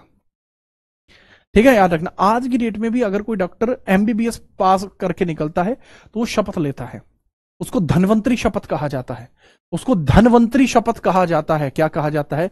धनवंतरी शपथ कहा जाता है। औषधि का देवता कहते हैं, धनवंतरी को कहते हैं औषधि का देवता। बूझे कि नहीं बूझे? ठीक है, धनवंतरी शपथ लेता है वो आज भी। किस काल के युग में पत्थर को औजार सबसे पहले बनाए गए थे? सबसे पहले आपको पूरा पाषाण पैलोलिथिक पीरियड में पत्थर के औजार बनाए गए थे। स्टोन एज टूल्स सबसे पहले कहां बनाए गए थे? सर पाषाण काल में बनाए गए थे, पैलोलिथिक पीरियड में बनाए गए थे। ठीक है, अगला सवाल ये रहा, हाथी गुम्फा शिलालेख किसके द्वारा उत्कीर्णित किया गया है? सर राजा खारवेल के द्वारा उत्कीर्णित किया गया है, जो कलिंग क्षेत्र में देखने को मिले हैं। कहां देखने को मिले हैं? कलिंग क्षेत्र में देखने को मिले हैं, इनके द्वारा ही यह उत्कीर्णित किया गया है। याद रखेंगे इनके बारे में। दक्षिण भारत मंदिरों के प्रवेश द्वारों को क्या कहा जाता है? बात हो चुकी है, गोपुरम कहा जाता है। रिपीटेड क्वेश्चन है। लिंग पूजा का प्रथम स्पष्ट उल्लेख आपको हमें कहां देखने को मिलता है कि लिंग पूजा होती है? इसका स्पष्ट उल्लेख हमें कहां देखने को मिलता है? इसके बारे में आपसे पूछा गया है। सर जी हमें पुराण देखने को मिलते हैं, ये मत सोचना कि इसमें सही टिक हो रखा है, ये गलत टिक है। ब्रह्म पुराण में ये देखने को नहीं मिलता। ठीक है, तो लिंग पूजा के बारे में पूछा जा रहा है कि लिंग पूजा आपको कहां देखने को मिलती है, उसके बारे में बताइए। सर लिंग पूजा के बारे में आप स्पष्ट याद रखेंगे, टोटल पुराणों की संख्या 18 पुराण देखने को मिलते हैं। 18 पुराणों में जो मत्स्य पुराण है ये बताता है कि जहां लिंग पूजा के बारे में बात होती है। टोटल पुराण में बता चुका हूं, 18 पुराण आपको देखने को मिलते हैं। इसी के अंदर जो मत्स्य पुराण है यही इसके बारे में बात करता है, यही इसके बारे में बात करता है। ठीक है, याद रखना। अगर पूछे सबसे बड़ा पुराण कौन सा? स्कंद पुराण सबसे बड़ा पुराण देखने को मिलता है। स्कंद पुराण सबसे बड़ा पुराण आपको देखने को मिलता है। ठीक है, और अगर मैं बात करूं ओल्डेस्ट पुराण कौन सा है? ठीक है, ओल्डेस्ट पुराण आपको कौन सा देखने को मिलता है? सर वो मत्स्य पुराण है, ओल्डेस्ट पुराण है। स्कंद पुराण जो देखने को मिलता है बच्चा, वो सबसे बड़ा पुराण है। ठीक है, चलो याद रखेंगे। अगला सवाल ये रहा, निम्नलिखित में से किस भारत के प्राचीन ग्रंथ नाट्य शास्त्र को संकलित किया है? भरत मुनि के द्वारा नाट्य शास्त्र को लिखा गया है, बहुत बहुत बहुत बहुत बहुत फेमस है। ठीक है, याद रखना। वेद व्यास के द्वारा महाभारत लिखी गई है। ठीक है, क्वेश्चन मार्क ने कि जीत ने भारत में दिल्ली सल्तनत की आधारशिला को रखा था। सर जी यहां पर जो तुर्क जब जीते भारत में, जब तुर्क जीते तो उनसे दिल्ली सल्तनत बनी। तुर्क के अंदर जो आपको देखने को मिलता है ना, जो आपको देखने को मिलता है गौरी के जीतने के बाद से ही दिल्ली सल्तनत की जो नींव है उसके बारे में स्पष्टता आ जाती है कि अब यह जीतेंगे। तुर्कों के जीतने की वजह से दिल्ली सल्तनत बनी। दिल्ली सल्तनत का कार्यकाल भारत में गौरी की डेथ के बाद 1206 से प्रारंभ होता है और 1206 से लेकर 1526 तक रहा, जब तक मुगल नहीं आ गए, जब तक मुगल नहीं आ गए। ठीक है, याद रखेंगे। क्लियर है? कोई समस्या? आगे बढ़िए। अगला सवाल ये रहा, मोहम्मद गौरी की सेना और पृथ्वीराज चौहान के बीच 2 बार युद्ध हुआ, जिसमें 1192 में पृथ्वीराज चौहान हार गए, उनके राज्य पर कब्जा कर लिया गया। युद्ध का नाम क्या था? Battle of Tarain. कन्नौज के अंदर जो बैटल होता है, बैटल ऑफ कन्नौज जो होता है 1540 में हुमायूं के बीच में हुआ था, और हुमायूं के अगेंस्ट में वहां पर कौन था? सर उस समय शेरशाह सूरी था। ठीक है, पानीपत की जो लड़ाई आपको देखने को मिलता है 1526 में पहली, 1556 में दूसरी, और 1761 में तीसरी आपको लड़ाई देखने को मिली है। ठीक है, याद रखना। प्लासी के अंदर 1757 का बैटल ही आपको देखने को मिलता है, जो बैटल ऑफ प्लासी आपको देखने को मिला है, बैटल ऑफ प्लासी आपको देखने को मिला है। ठीक है, याद रखेंगे। याद करें आगे। तराइन के युद्ध आपके 2 हुए, पहले पृथ्वीराज चौहान जीते थे, उसके बाद पृथ्वीराज चौहान हारे थे। ठीक है, चलो तराइन बात हो चुकी है। नेक्स्ट, विद रेफरेंस टीले की खुदाई की कार्य प्रणाली के संदर्भ में कौन सा कथन सही है? ऊर्ध्वाधर खुदाई से संस्कृतियों का काल क्रमबद्ध अनुक्रम उजागर होता है। क्षैतिज खुदाई सामान्य रूप से किसी विश्व स्थल के पूरे हिस्से तक सीमित होती है। बढ़िया है यार ये। किसी एरिया पे आपको खुदाई करनी है तो उसका तरीका क्या रहेगा? ठीक है, किसी एरिया पे अगर आपको खुदाई करनी है उसका तरीका क्या होना चाहिए? देखो बच्चे, अगर आप नीचे की तरफ खुदाई करोगे तो पता लगेगा कौन कौन सी सभ्यता बची है, क्योंकि जितना आप डेप्थ में खोदोगे उतनी ही आप सभ्यताओं को जान पाओगे। पहला स्टेटमेंट सही है। लेकिन अगर आप हॉरिजॉन्टली खोदोगे ऐसे तो पता लगेगा उसका एक्सटेंट कहां तक था। दोनों स्टेटमेंट सही है। अगला सवाल पूछा है कि निम्नलिखित में से सबसे प्रसिद्ध शक शासक था जिसने काठियावाड़ में सुदर्शन झील का निर्माण करवाया था? सर जी शक शासक के बारे में बात कर रहे हैं, वो रुद्रदामन था। रुद्रदामन प्रथम ही था, शक शासक था। संस्कृत का सबसे बड़ा अभिलेख भी इसी का है। ठीक है, सबसे बड़ा संस्कृत अभिलेख, लॉन्गेस्ट संस्कृत इंस्क्रिप्शन भी इसी का है। लॉन्गेस्ट संस्कृत इंस्क्रिप्शन भी इसी का है। संस्कृत इंस्क्रिप्शन इसी का है। इंस्क्रिप्शन इसी का आपको देखने को मिलता है। लॉन्गेस्ट संस्कृत इंस्क्रिप्शन आपको देखने को मिलता है, इसी का देखने को मिलता है। याद रखेंगे, जोरदार। अगला सवाल, कौटिल्य के सप्तांक सिद्धांत में अमात्य निम्नलिखित में से किसे दर्शाता है? कौटिल्य के सप्तांक सिद्धांत में अमात्य निम्नलिखित में से किसे दर्शाता है? अमात्य का जो टर्म है वो किस लिए प्रयोग में लाया जाता है, ये बताएंगे आप। अमात्य टर्म जो है वो किस लिए प्रयोग में लेकर आया जाता है? अमात्य क्या है सर जी? अमात्य का मतलब होता है मिनिस्टर एंड ऑफिशियल्स, ठीक है, याद रखना। मिनिस्टर है, ऑफिशियल है, वो अमात्य के लिए यूज होता है। टोटल सवाल कितने हो चुके हैं? 95 क्वेश्चन हो चुके हैं, 5 क्वेश्चन बचे हुए हैं टॉप 100 होने में। जूनागढ़ है क्या? हाँ, जूनागढ़ का जो अभिलेख है वही है रुद्रदामन अभिलेख। 96 नंबर के सवाल से पहले आप ये लिखेंगे, कौटिल्य के बारे में अमात्य से तात्पर्य मंत्री के अधिकारियों के बारे में बात की गई है। बताइए, चन्हूदड़ों में जो खुदाई है वो किसके द्वारा कराई गई थी? चन्हूदड़ों के अंदर जो खुदाई है 1530 में पहले हुई थी, 1530 में पहले हुई थी, ये ऑप्शन ही नहीं है। जो 1530 में थी वो एनएम मजुमदार के द्वारा कराई गई थी, एनएम मजुमदार के द्वारा कराई गई थी, लेकिन खोज ठीक से नहीं हो पाई। फिर इसको दोबारा से रीएक्सकेवेट किया गया था, ठीक है, रीएक्सकेवेट किया गया था, तब जाकर उसमें दोबारा से खुदाई की पाई थी। और वो किसके द्वारा की गई थी? Ernest J H Mackay, Ernest Mack, J H Mackay और अर्नेस्ट मैक के द्वारा 1935 में, Ernest Mack and J H Mackay. बात आई समझ में? ठीक है। सिंधु, अब पूछा है सिंधु घाटी सभ्यता की खोज से जुड़े 2 भारतीय कौन थे? फटाफट बताइए, सिंधु घाटी सभ्यता से जुड़े 2 व्यक्ति कौन आपको देखने को मिलते हैं? राखलदास बनर्जी, दयाराम साहनी। स्टेटमेंट सही हो गया। John Marshall, Ishwari Prasad. भाई जॉन मार्शल इंडियन नहीं है, ठीक है। रघुनाथ राव, आशीर्वाद लाल श्रीवास्तव, इससे पहले ये आ चुके थे, ठीक है। माधव स्वरूप वत्स और यूबी राव, यूबी राव नहीं है, माधव स्वरूप वत्स जरूर है। माधव स्वरूप वत्स ने भी 1926 में खोज करी थी इसकी, ठीक है। उन्होंने रीएक्सकेवेट किया था। किस प्रसिद्ध शासक को द्वितीय अशोक के नाम से जाना जाता है? Who is known as second Ashoka? द्वितीय अशोक के नाम से किसको जाना जाता है? ये अच्छा सवाल है। ये अच्छा सवाल है बाबू। कनिष्क को कहा जाता है, द्वितीय अशोक के नाम से जाना जाता है कनिष्क को। ये रहा आपका होमवर्क क्वेश्चन। आपको बता, निम्नलिखित हड़प्पा बस्तियों पर विचार करें। बस्तियों का सही कालक्रम आप बता दीजिएगा। बस्तियों का जो सही कालक्रम है वो आपको क्या देखने को मिलता है? यार ये थोड़ा हार्ड है, ये मैं ही बता देता हूं, आप नहीं बता पाएंगे। मोहनजोदड़ो 1922 में देखने को मिलता है, कालीबंगन 50 में आता है, देन आपका रंगपुर आपको देखने को मिलता है, रंगपुर आपको देखने को मिलता है। लेकिन अगर हम बात करते हैं किस लेवल पे पूछ रहा है, कॉर्नोलॉजी आपकी पूछी गई है, 1 2 3 ही इसकी होगी, रंगपुर बाद में है, 1 2 3 होगी, 1 2 3 ही होगी। निम्नलिखित में से कौन सा भारतीय महाद्वीप की सबसे पुरानी ज्ञात सभ्यता मानी जाती है? बहुत बढ़िया, सबसे पुरानी ज्ञात सभ्यता के बारे में आपको बताना है। यह आपका अंतिम सवाल रहा आज का, ठीक है। बताइएगा क्लास कैसी रही, इस प्रकार का अगला सेशन आपको कौन सा चाहिए वो भी बताना। आज के लिए यहीं तक रहेंगे, मिलते हैं आपसे कल। और उससे पहले समझ लेना, आपकी जो क्लास है कल 12 बजे आपकी क्लास आपको आनी है, ठीक है। जो आपकी मूल विधि का सेशन है, कल मूल विधि का सेशन आपका आना है। लेकिन कल मैं मूल विधि के क्वेश्चंस को लेकर आने वाला हूं, तो कल मूल विधि के क्वेश्चंस के लिए रेडी रहना, ठीक है। क्योंकि मूल विधि के पीवाईक्यू होने भी जरूरी है लल्ला। इसके अलावा कल सुबह 10 बजे आपकी पॉलिटी की क्लास भी आएगी, रिकॉर्डेड टॉप 500 वो क्लास आपकी होगी। अगर मैं बात बताऊं आपको, ये पीडीएफ भी आपको मिलेगी, और ये जो टॉप 500 वाली क्लास होगी इसका एक अलग ही लेवल होगा। ये वाली क्लास आपको देखने को मिल जाएगी कल, तो इसके लिए भी आप रेडी रहना, टॉप 500 यूपीएसआई की क्लास के लिए, ठीक है। इसके लिए भी आप रेडी रहना, ठीक है। कल सुबह आएगी, तब तक के लिए जय हिंद, वंदे मातरम।